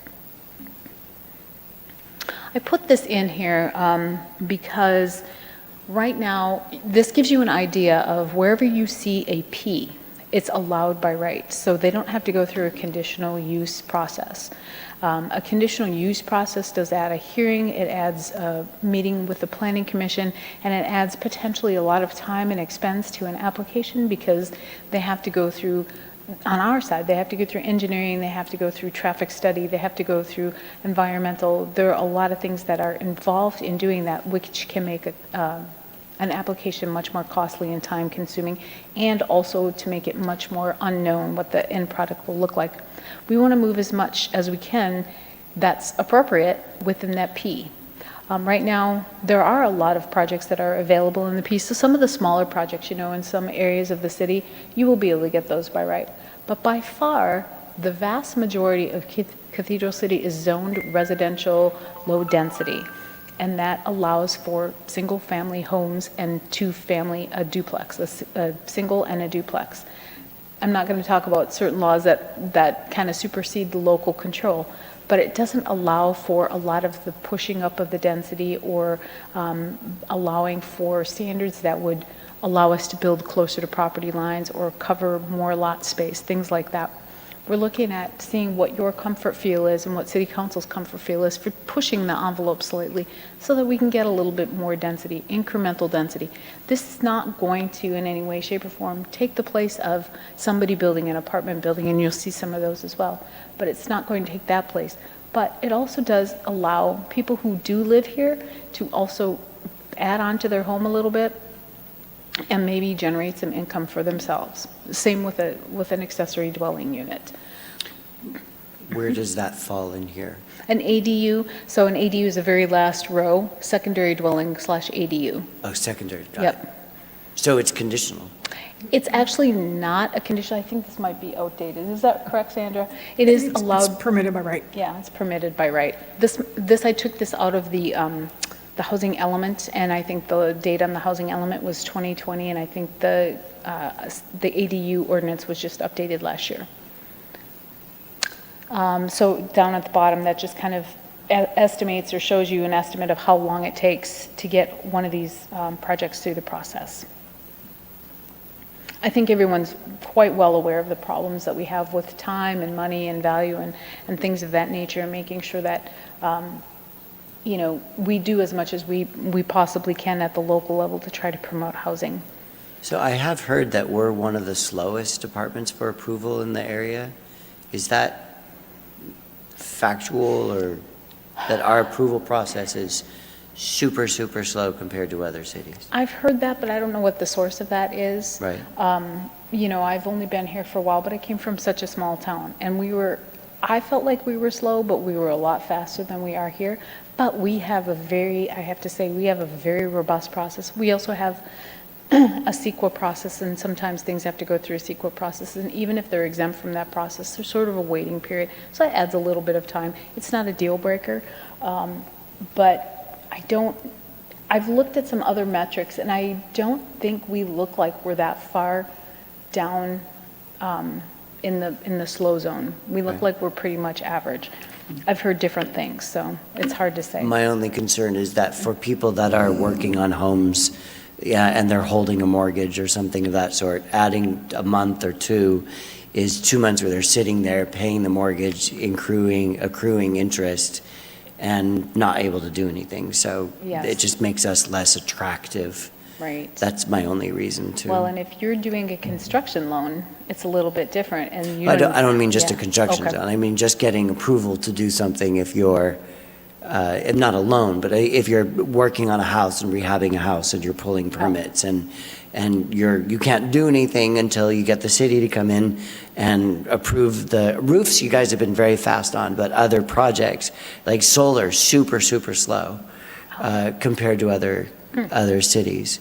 And I've even had solar people tell me they are just actively not looking for contracts in Cathedral City because it just has taken so long to get the approval. Oh, that's But I'm thinking as an individual homeowner that if I'm working on my house, I'm doing an extensive renovation, what do I need to do? The steps for that to get people out. I'm asking, it's not my personal experience, but what's the process? Like if I bought a new house, I want to rehab my house, I can't do anything to my house until I get the city to come in and do anything. I can't move into my house until I get these jobs done, but I am waiting for the city, so now I'm paying rent someplace else, I'm paying my mortgage, I'm accruing interest, and I can't move forward because it's taking so long. So that's feedback that I've heard. Yeah, so if I could add, the city's done a lot of things to want to expedite our process. And so, for instance, what you're talking about is the type of projects that typically go through building and safety and planning. The city is, working on our online permitting system. Many applications are online through building and safety. Building and safety has promoted within to a permit tech to a plans examiner. So our plans examiner now is doing a lot of the residential plan checks in-house. Great. So the simple alterations, all the wall permits are now over the counter. We didn't have that a year ago. Now we're doing wall permits over the counter, pools, patios, things like that are all over the counter to expedite that process. Of course, HVAC swap outs, re-roofs have always been fast-tracked, but a lot of things are now in-house when it comes to single-family residential or alterations. Commercial still going out to a plans checker. The city just contracted with a new consulting company, HR Green, to do the plan checking for those commercial projects. They can do it all online through our new InterGov system. And there's also commitment with them through our building department that, plan checks will be done within a, 2-3 plan check timeframe as opposed to what may have occurred in the past. And so we understand what you're saying. I think we've heard that in the past. We've put a lot of things in place to expedite that process. And speaking about expediting, that's part of this discussion here. Some of the policies that or the strategic goals that Cynthia mentioned in the beginning was facilitate our process, streamline our process, expedite our process. This whole update, a lot of it, through this modernization of our development code, is intended to help us expedite and facilitate development, including pushing down, some levels of project review to staff. And so that's a discussion that we'll have this evening. We'll continue to have what's that threshold that doesn't need to go to planning commission, can be done by staff. So, Yeah, and I understand developments, Yeah. or if somebody is subdividing a lot and building multiple homes and stuff, but for the individual homeowners, I've just been hearing a lot of stuff in the past about how long it takes just to get through anything. And I put a new roof on, you guys were tremendously quick on getting that permitted. Like, it was impressive how fast I was able to get my roof on.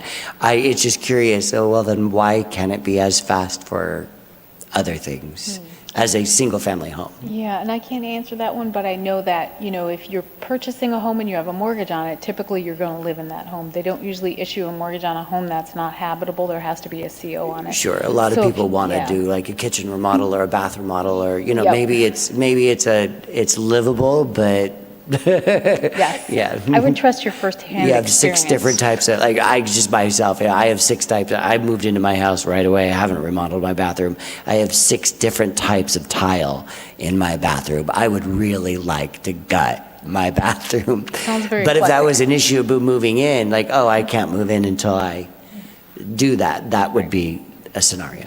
Yeah. it sounds like these are things you've heard in the past. I'm hoping that current information you're hearing, that our improvements that we've done are reflected. And if you hear feedback one way or the other, we'd be interested in that too, because our building department has really put a lot of effort into facilitating that plan check process for our residents. I love the direction you guys are going, so this is awesome. So there's a tricky balance with this, because I'm an architect, but I've also I served 10 years on the Planning Commission, and I think I'm coming up on 18 years on the ARC. But Planning Commission, I think, was more consequential because for the period of time, the last few years, for the period of time that I was there and chaired the Planning Commission, we had a lot of cannabis projects that came in for review. And there was pushback from Planning Commission that I pushed hard that, no, we're not going to get these buildings that look like bunkers with no windows, with no street presence, with no storefront, wanted it to maintain the appearance of a vital, active city and not go dark in these neighborhoods because of cannabis. Yep. That was the bottom line. And I think we accomplished a lot in that time. I think for the most part, the cannabis businesses in our town, I think they complement the city's architecture. Except on Ramon. Well, but then, so the other side of this is that things that are made easier, there are like painting applications that I know are done at an administrative level.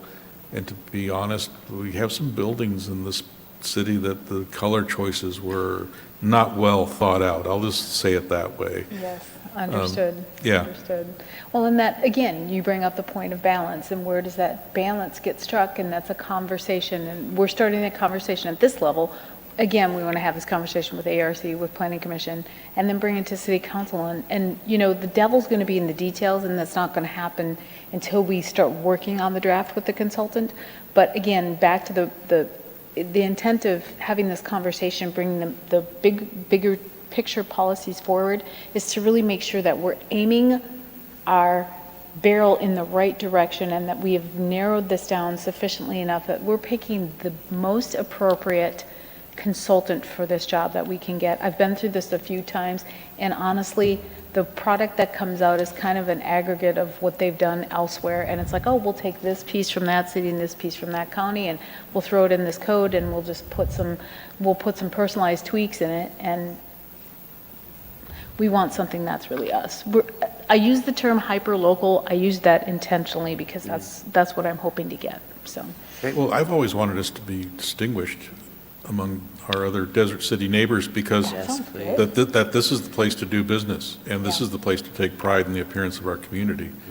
And that's what I'm hearing from city councils, that, we want to be the place. We want to be competitive. Back to the slide where I was talking about the reason that this code's got to go. It's not going to take, can't we just change some sections?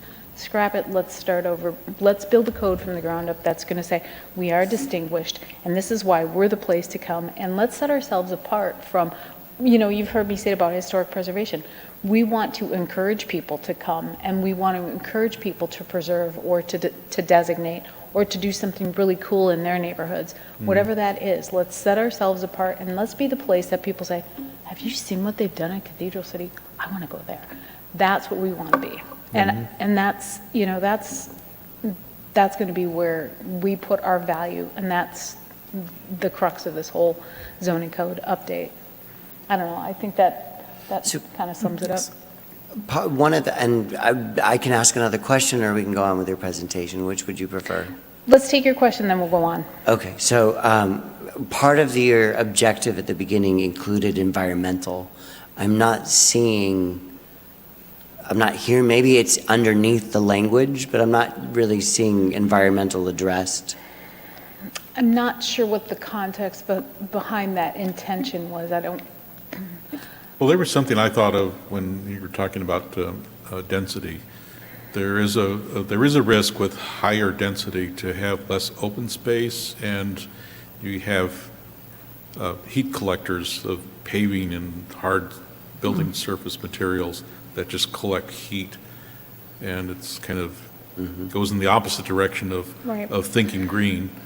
right, well, there's a complement to that, or a balance, or a flip side almost to that. And so to address that question, one of the biggest problems that we have, as oh my goodness, I don't want to get too far afield with this, but putting infill in is extremely helpful. Being able to be more concentrated with our footprints is helpful. Being able to build a little bit higher, we've got a lot of pad buildings. Couldn't we have built those into 3-story buildings with maybe office space and residential above, which people are demanding all over, but developers don't build them? How do we do that? Don't know how to do that. Extending infrastructure. Part of the key is addressing the parking. Yeah, How to park those types of sites. Yes, parking is one of the issues, and developers are saying, we don't need all this parking. If you drive down Day Palm Drive, you will see that there are seas of vacant parking. A lot of the facilities are empty. Brings up another question: how can we take those empty facilities that they're a community blight, they're an environmental blight? Can we repurpose them? Can we do something with them? What could we put in those spaces, or what could we help encourage? I mean, we have really little to do in the way of that, but could those spaces be repurposed to something more valuable than, event centers and, dollar stores, or, So there's some things that we can do. Some of this is beyond what we can do as the planning department, as the city. Some of it's going to be bigger challenges and changes. But where I was going with it is that when we keep infill and we keep development close and we keep it more compact, we do have less of an impact on the environment. We're extending less services. When we start pardon me, I talk with my hands. When we start filling in those vacant spaces along Date Palm Drive and some of those other spaces throughout the city, we can build in more rooftops and more commercial. If we can have more density, more intensity on a site, we can drive, we can promote, we can increase the demand, transit-oriented demand. We can increase the demand for public transportation. Right now, our public transportation system, the infrastructure is great, but the system itself, I think, lags just because it isn't very transport-oriented. And that's not a knock on the transit, not a knock on the bus. It's just our land use pattern. Land use pattern, if you're an architect, land use pattern and transportation are interlocked. So in order to make these changes, we really need to bring about a code that's far more visionary even than the pictures that I just showed you. That was just some residential incremental infill. We're going to have to bring higher highscape, much more intense development to bring about that sort of a thing. All that said, yeah, we could move on. We could talk about environmental all night long, but Oh, I yeah. do want to I did include this little piece in. Plus, oh. we'll get to talk about this again tomorrow at the ARC. Yes, that's true, that's true. So this talks about incentivizing housing. I threw this slide in there again because this came straight out of our housing element, which talks about different things as far as incentivizing housing. The reason I'm kind of banging the drum on incentivizing housing, and you'll see it in the next slide, the last question, when I reveal that last policy, is that your collective of the 13 responses, the collective policy preference was promoting housing supply. How do we do that? How can we do that? It's going to take some tough choices on what tools do we want to implement to make that happen. Is it going to be this intensification or densification, or exactly what is that going to look like? Are we going to change zoning? Are we going to start up zoning? There's a lot of different things that we can do. That was just a small set of tools that I gave you as options, but none of those really stuck out to any of you as saying, boy, this sounds like a great idea, let's do this. So anyway, I wanted to show you some examples, and we can flesh this out, but what we really want to get to is, do we want to commit ourselves to saying housing is one of our priorities, and we do want to keep this in there, and we're willing to go to the mat and make some of those difficult conversations that will need to happen. All right, I'll move on to the next one. So I just, like I said, I wanted to show you a few examples of some of the projects that have been approved here recently in the city. This was the Canyon Springs Villas. So this is right on the east side of Cathedral Canyon, just south of Ramon. So this one was entitled 2-3 years ago. It's now under construction. The last time I saw it was just the sticks, but it is under construction, and we expect to see that. This one's 16 units per acre, 2-story, slightly low slung, but it's a nice desert architecture. Will increase. So this one was just recently approved. This is called the Grove Apartments, and they're in the Cathedral Cove, another vacant infill site, right behind the Local Mart. So there's a little grocery store type of convenience store. This one's a 3-story building, and this achieves 28 units per acre. The interesting thing about this is it's in the DRN zoning, which is an interesting zoning. Sandra brought this to my attention today. I hadn't put this together. That DRN zoning allows zoning not based on unit count, but based on bedroom count. So again, getting to that hyper locality of we can do however we want to do these things.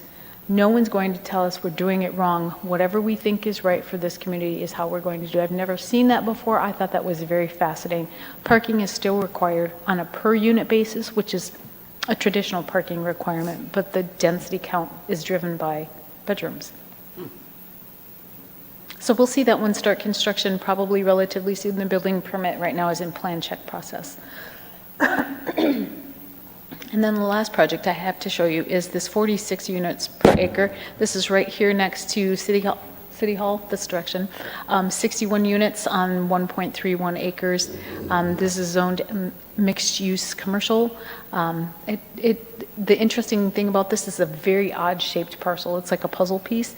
But they were still able to achieve a lot of that parking under the structure, which is terrific because you were just talking about is how do you build out a site and provide parking as well.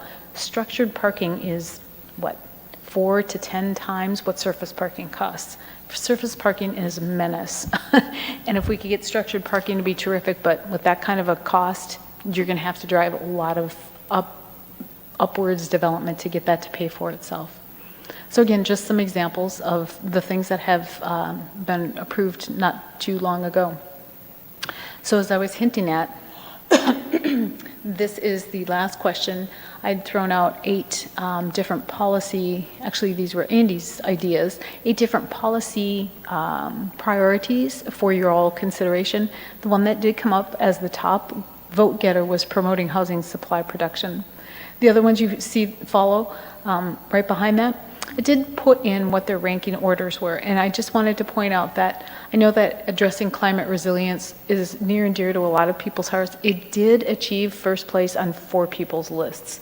No other item did come first for 4 different times, but it still ended up in number 5. The reason I point that out is because it's not, to some people I think it feels like it can be an overwhelming task to try to tackle that. But when I was talking about the importance of having good landscape, good landscape can help achieve climate resilience, because even if we're helping to lower the temperature of a site a fraction of a degree, you add up a fraction of a degree in multiple sites across the city and you can make a contribution. It's going to take incremental contributions to this. It's taken us a while to get here. We're going to need to make some changes, but landscape is one very simple way that we can make that happen. Okay, so you step into, you open the door for something that I have a concern about. In my neighborhood, a lot of the houses have carports that were built prior to the city and prior to the ordinance, or quote grandfathered in, or I have no idea, but they're there. And there's been a discussion among my friends lately about air conditioning your garage. My friends who have money are totally into putting split ACs in their garage now, and they're saying, well, you know, the garage gets so hot, you're saving your car, wear and tear on your car, you're stopping your belts from driving out, the washer and dryer's in there, you're not putting the heat on the washer and dryer and the functionality of the dryer, so it's an extra cost, but it's worth it because it's supporting the longevity of your equipment, what's in the garage. Now, lower income people generally don't have garages. They're generally, and part of the parking issues is a lot of the exemptions for new buildings and stuff like that, they don't have to provide parking. So then you get more and more people parking in open areas in hotter days. We're already experiencing, several days in a row of record-breaking temperatures. Cars are parked in that area. It's not good for the car itself. It's not good for the people getting into the car. It's not necessarily good for the visual, if that is a consideration. So if we are talking environmental, or are we talking environmental equality or something of that sort, how do you provide, let's say, shade? Shade's important. If you put a structure in that reduces heat, that lowers reflection of concrete or something of that sort, that maybe has a white roof or something of that, a trellis, something that provides shade for a car, but it's not in the zone. So let's say if they're to put a structure like that on their driveway, it's not legally permitted because of setback rules and stuff of that sort. So how do you provide shade structures, and how do you provide for lower income people who don't have refrigerated garages, right, to actually participate in this? Well, and that's, it comes down to, it's really site specific. We have seen several applications coming, for different things, carports, garages, and things of the like, and it really just depends on what the setback is. So it's not that we, in part and parcel, prohibit them. It just depends on the site. Now, again, going back to what I was talking about, for allowing for, more occupation, more space to be occupied by structure, I think we're in general support of that. But what happens a lot of times is when you allow lot coverage, what people do is they actually just pave it.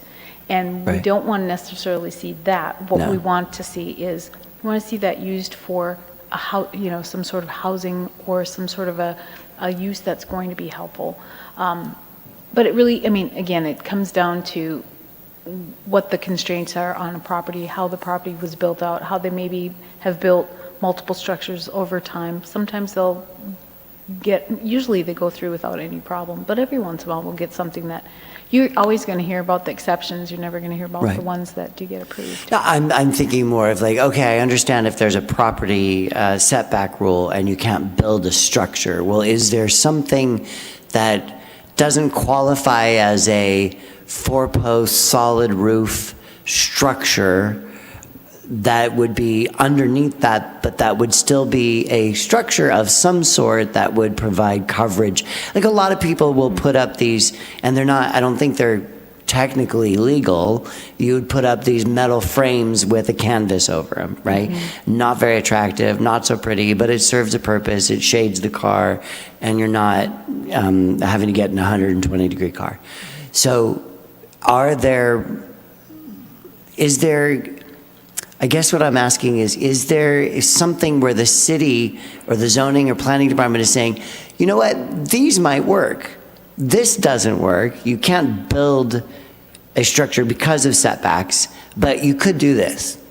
Is there any kind of proactive something that's problem solving that's No. part of this new way of moving forward? Well, I'm just using the structures as an I example. understand. Well, possibly, because we're not there yet. We're having this broader, high-level discussion of what priorities do we want to focus on to formulate our scope of work so that we get the right consultant on board. So we're looking at the top scored topics or priorities are promoting housing supply, incentivize development standards, promote pedestrian-friendly development, promote uses in development plans that support modalities, transit modalities. But anyhow, that's not to say that couldn't be a discussion as the document is formulated. There'll be, as Cynthia indicated earlier, there'll be a steering committee, there'll be a technical advisory committee. That's part of, I think, more of the detailed discussions that. Yeah, I hear you, and I think it's great, and I love what you guys are doing. It needs to be done, and it feels like we're taking action, and it's awesome. And at the same time, if someone does come in with a problem and it's just a no, is there a way for us as a city to be more proactive? Like, is there a way to be encouraging different things that specifically in the realm of environmentalism that might be supportive, like rain barrels, or I don't know, stuff like, oh, well, you're out of lot lines for this, but you could put a rain barrel in, or you could put in a lower quality, a less, instead of a 4x8 post, you could put a 2x4 temporary frame. We'll call it temporary because it could be easily taken down, and that would provide shade in that instance. Right? Doesn't have a huge footing. It's not, a major structure. I don't know. I'm throwing out ideas, and I'm just curious if in hiring a consultant and moving forward, to have somebody that comes in with a little more progressive, a little more, well, you can't do this and you could do this, like around ADUs, right? Like I was told that when I looked into an ADU a few years ago, I was told my ADU had to match my house. So the ADU that I was looking to buy, that was only like $50,000. I could come in, drop it down, a very small little structure. I just wanted a small office space, no bathroom, nothing. I could just put that in. I was told that the one I wanted to get, I couldn't get because it was very modern looking, and it comes like that from the factory. It's built, brought in. I would then have to spend it would probably be another 12 grand to actually remove the siding and put stucco on it because my house is stucco. So things like that just were kind of like, well, really? It turned me off of the idea. I could get excited about it again and do it now. It sounds like it would be much easier. I'm just curious as to being a little more forward thinking. And I think to Sandra's point, we haven't gotten to that point yet, although you mentioned ADUs, and we do have a pre-approved ADU project that we're going to be rolling out here probably very soon. I don't know that it's going to be under $62,000, but it will be paid for, and it will be free, and it will be available to all of our citizens. So there's that. But I think with respect to, in my previous position, we were doing what we called a sustainability checklist. It became a part, it wasn't, I can give you this example and then you can take with it what you will and then we'll try to move on. But give you this example of, it came out of our steering committee, hey, let's do a sustainability checklist. We did the sustainability checklist and we offered points, and you had to score, whatever application had to score a certain minimum of points, and we made some really easy low-hanging fruit on there. And it got pushed back and it ended up derailing our project, and it sidetracked it significantly, that it wasn't a priority for council to start with. Council got pushback from it. Council said, let's take it out. And it ended up, like I said, it ended up sidetracking the project. And the reason we really want to have this conversation up front is so that we're not putting any sort of projects that might jeopardize the entire project going forward. Think of this, I said earlier, think of the zoning code update as a process. We want to get this thing It's going to be a living document. It's going to be subject to amendments periodically. We might even, I even thought about proposing, although I'm not there yet, I'm going into more detail than I had planned on, but maybe having a review of the zoning code on an annual basis. Hey, here's what's happened with the zoning code. We realize that we need to include this thing, and staff is working on X, Y, and Z, Great. a sustainability checklist or whatever. And those things can be things that come out of the process that we put in a parking lot and say, we don't want to lose sight of those because we've got commissioners who are really sold on the importance of whatever that be. But in order to get this thing across the finish line in the time and the budget that we've got available to us, we're gonna do these things. So that's where I think we are. It isn't to say, no, we couldn't do it and we don't have any plans for that, but if you can imagine it, it can happen. You're just gonna have to garner some support for it, so.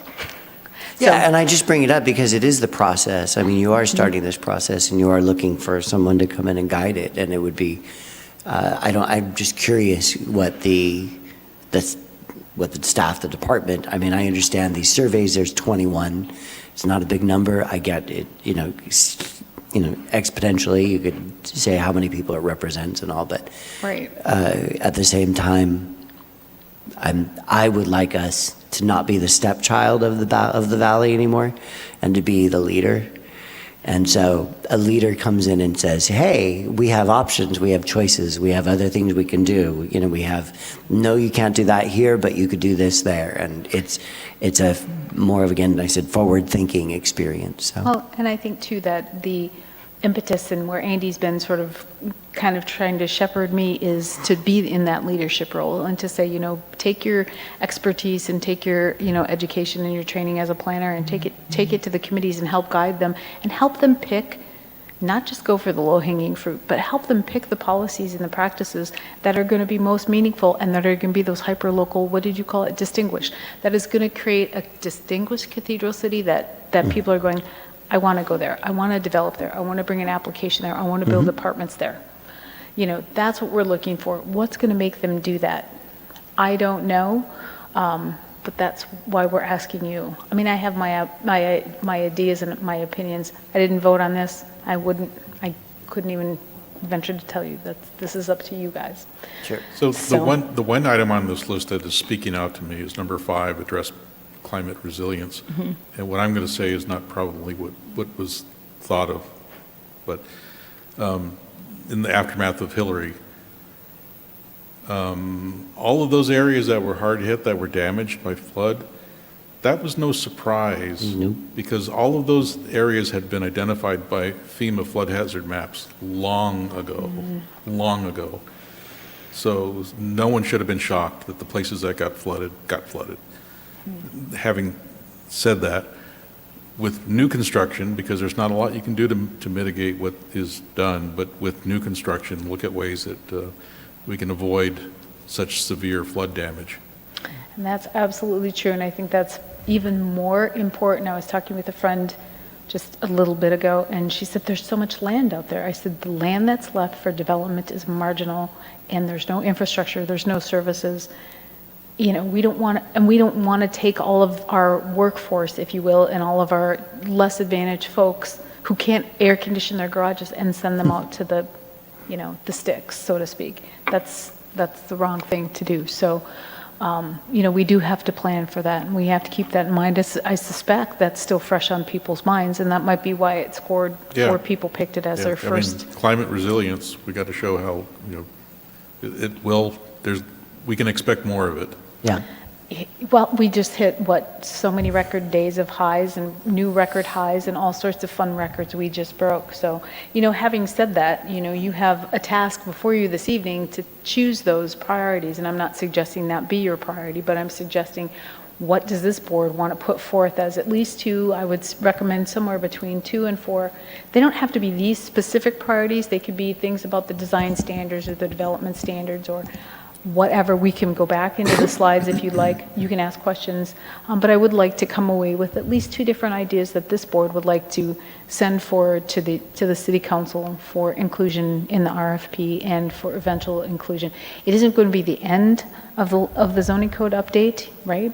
But it's what we're aiming for as a priority. We would like to have between 3 and 5 goals that we have in that scope of work that we say, we want the consultant who is excellent at delivering these products that's going to make us distinguished Cathedral City. Well, so one thought of being creative with what we have in the city. So the old Walmart shopping center, a massive sea of asphalt paving and a largely empty building.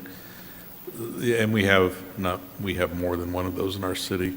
But one of the things, and tying in with your discussion about higher density housing and parking, that type of land would be ideal in that you could park it and have enough distance to site multi-story high-rise housing, that because of the size of the land, you're distance enough from adjacent housing that you're not overshadowing those homes and making them feel like they're, Underneath the tower. underneath the tower. Yeah. Yeah. Exactly. Well, and one of the other sort of hot button topics in housing that has come up particularly since COVID and everybody moved out of their office buildings was how do we convert commercial space into residential space. And, at first they said, oh, it can't be done, and they're doing it. They're doing it. Now, it's happening in places where property values there's a different metric on the property values than what we have here, but it can be done. So what you're describing can be done as well. Everything has a price tag, and unfortunately, good, bad, or otherwise, we are driven by market forces far more than we're driven by land use code, zoning code. From the historic preservation point of view, I would like to see either compliance with CEQA, the California Environmental Quality Act, or a specific paragraph saying that if any building is to be demolished, if it's over 50 years old, it must have an application for a designation as a historic property, or to have compliance from the Historic Preservation Commission that it doesn't meet criteria. Great idea. Something to protect historic properties. Brilliant. That's common. That's common. I've seen that elsewhere. Before anything can demo, even if it's not a designated property, is it 50 years or older? Yeah. Does it have any of the elements that might qualify it as a Because landmark? not every structure over 50 years is going to meet the criteria of significance, but it shouldn't be demolished before that's determined. I would just like to also second that and then just say I would really like to see more environmental stuff built into these structures, these great infill buildings that are being done like at the Cove. Wouldn't it have been nice if there was a rain barrel system that was put in there? Wouldn't it have been nice if there was... What rain? When we get rain, we get rain. Yes, And that but rain, not very so you often. can, all right, I'm going to geek out a little bit, but there's an ancient food forest in Saudi Arabia that has been producing food for thousands of years for the entire year off an inch and quarter of rain.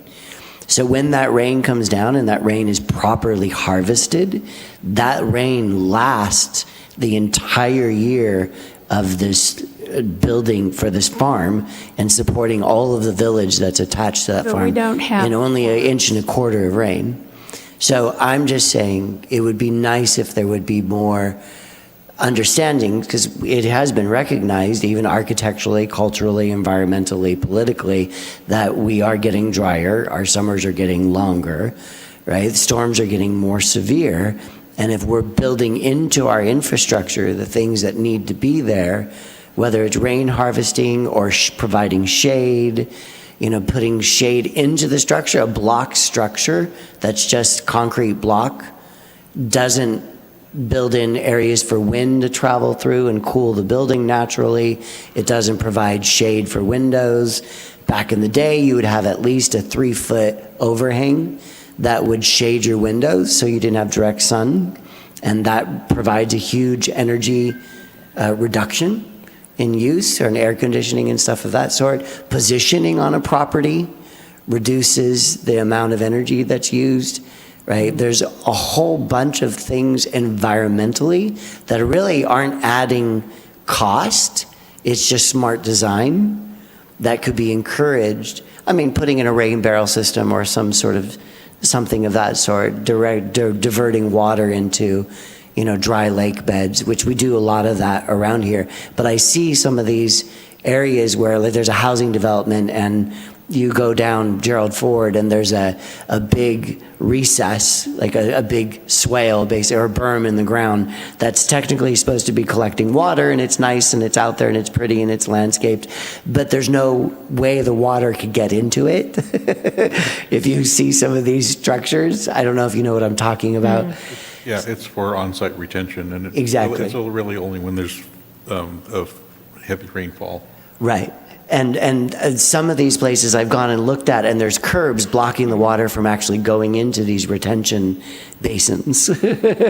So the water that gets in there is only the water that falls directly on it, not the water that comes off of a parking lot, not the water that comes off of a paved surface, right? In Arizona, they're doing curb cuts, and they're actually allowing and building it in to Phoenix, where when the water runs down the street, they cut the curb and they put a little retention basin in somebody's front yard. That basin fills up, it collects the water. When it fills up, the water just keeps going down the street. It doesn't flood. It just fills up that area. The water keeps going and it goes into the next house where there's a cut. And then all this water, instead of just rushing into the river, that's just being pulled away as fast as possible, is actually going into the ground more.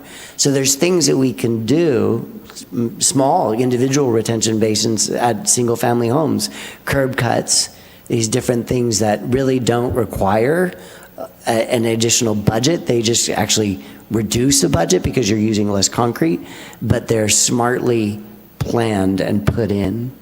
So I don't know if your consultant will have some experience on that, but it would be pretty nice.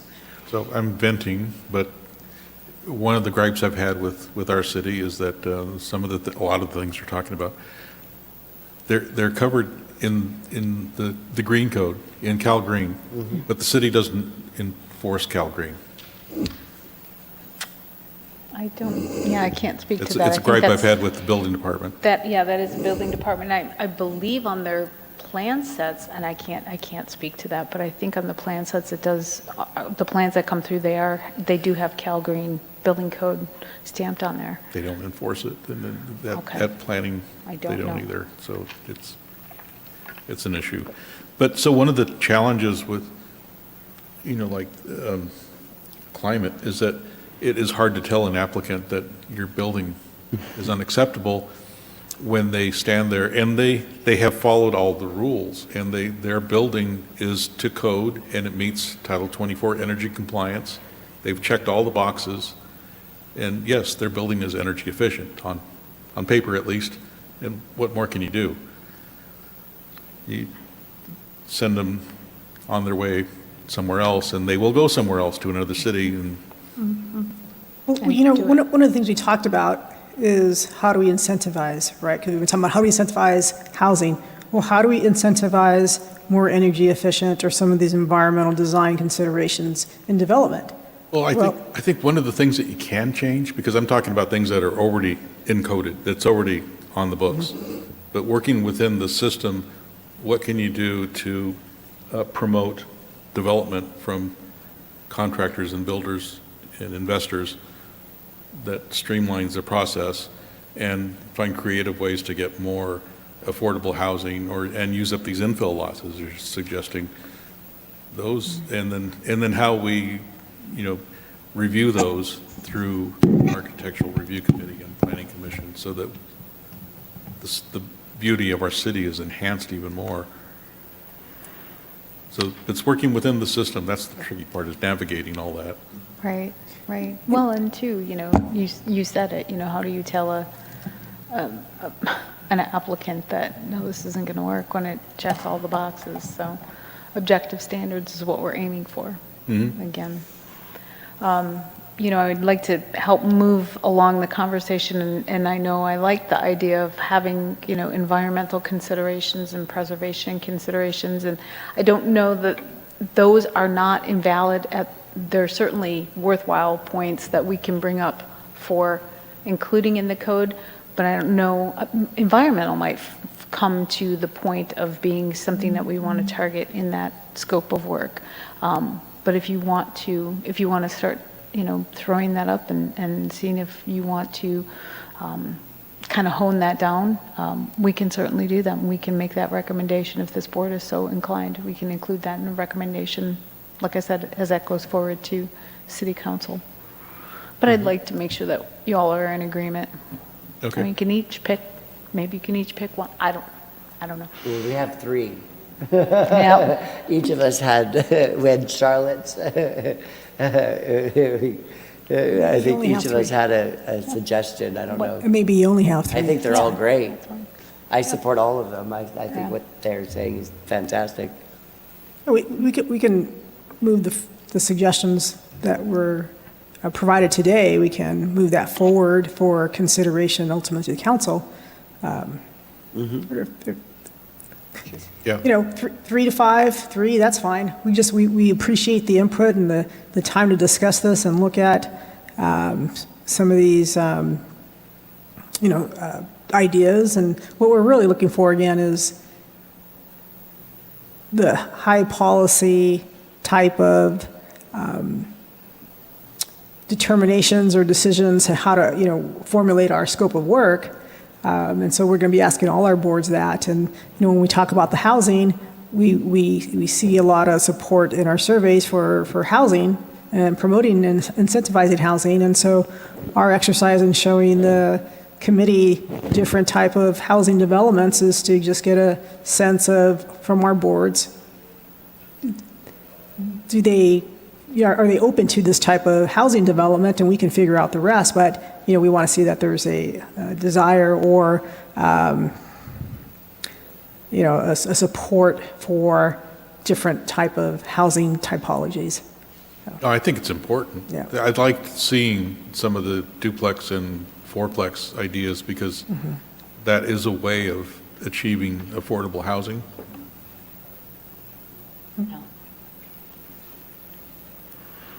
Great. Anything else? Any other comments, questions? I think that's probably the end of my presentation. I just want to say we really do appreciate, we know that this was a pretty long meeting, but I think we went over a lot of really important and vital information, and the time spent just on this, also we do appreciate it. We know it was a lot. Yeah. And we appreciate y'all. Yeah, absolutely. I'm grateful to be part of a city that is thinking in this way, so it's awesome. We're distinguished. Are we adjourned? No, we still No, have, we've got, okay, so can we, discussion on future agenda items? yes, I would like to have on the agenda a recommendation from us that we discuss having a tribal historic preservation member on the commission. Is there someone in mind that you would want to ask? The cultural resources person who is in charge recommended that the city council would request from the tribe that a cultural resources member either join us first as a public person, just come and meet with us, or that the city council request a tribal cultural resources person to join the commission. So it would be the city council to the tribal council. And Yeah. tribal council would choose one of their cultural resources persons. Is that how I mean, I think it's a great idea. Is just that how our process works? I'm going to cut you guys off Yeah. because we're specifically discussing future agenda items, so we can just say that we would like to include that item as a future agenda item for Yes. discussion. Included in the Yes. topic? Okay, we'll bring that information back for you all, or that item. We're bringing back these other topics that we discussed, like the Mills Act and the District. districts and stuff like that. So those are future agenda items, correct? That's correct. Yes. You should see those next month. Great. Okay. Staff comments? All I do want to say is just congratulations to the reelection of our chair and of the vice chair. Yay! That's awesome. You guys are great. Okay, committee member comments? Nope. Okay. Wow, okay, so I will make a motion to adjourn. Is there a second? I second that motion. Okay, so we will adjourn at, oh my God, 7:21.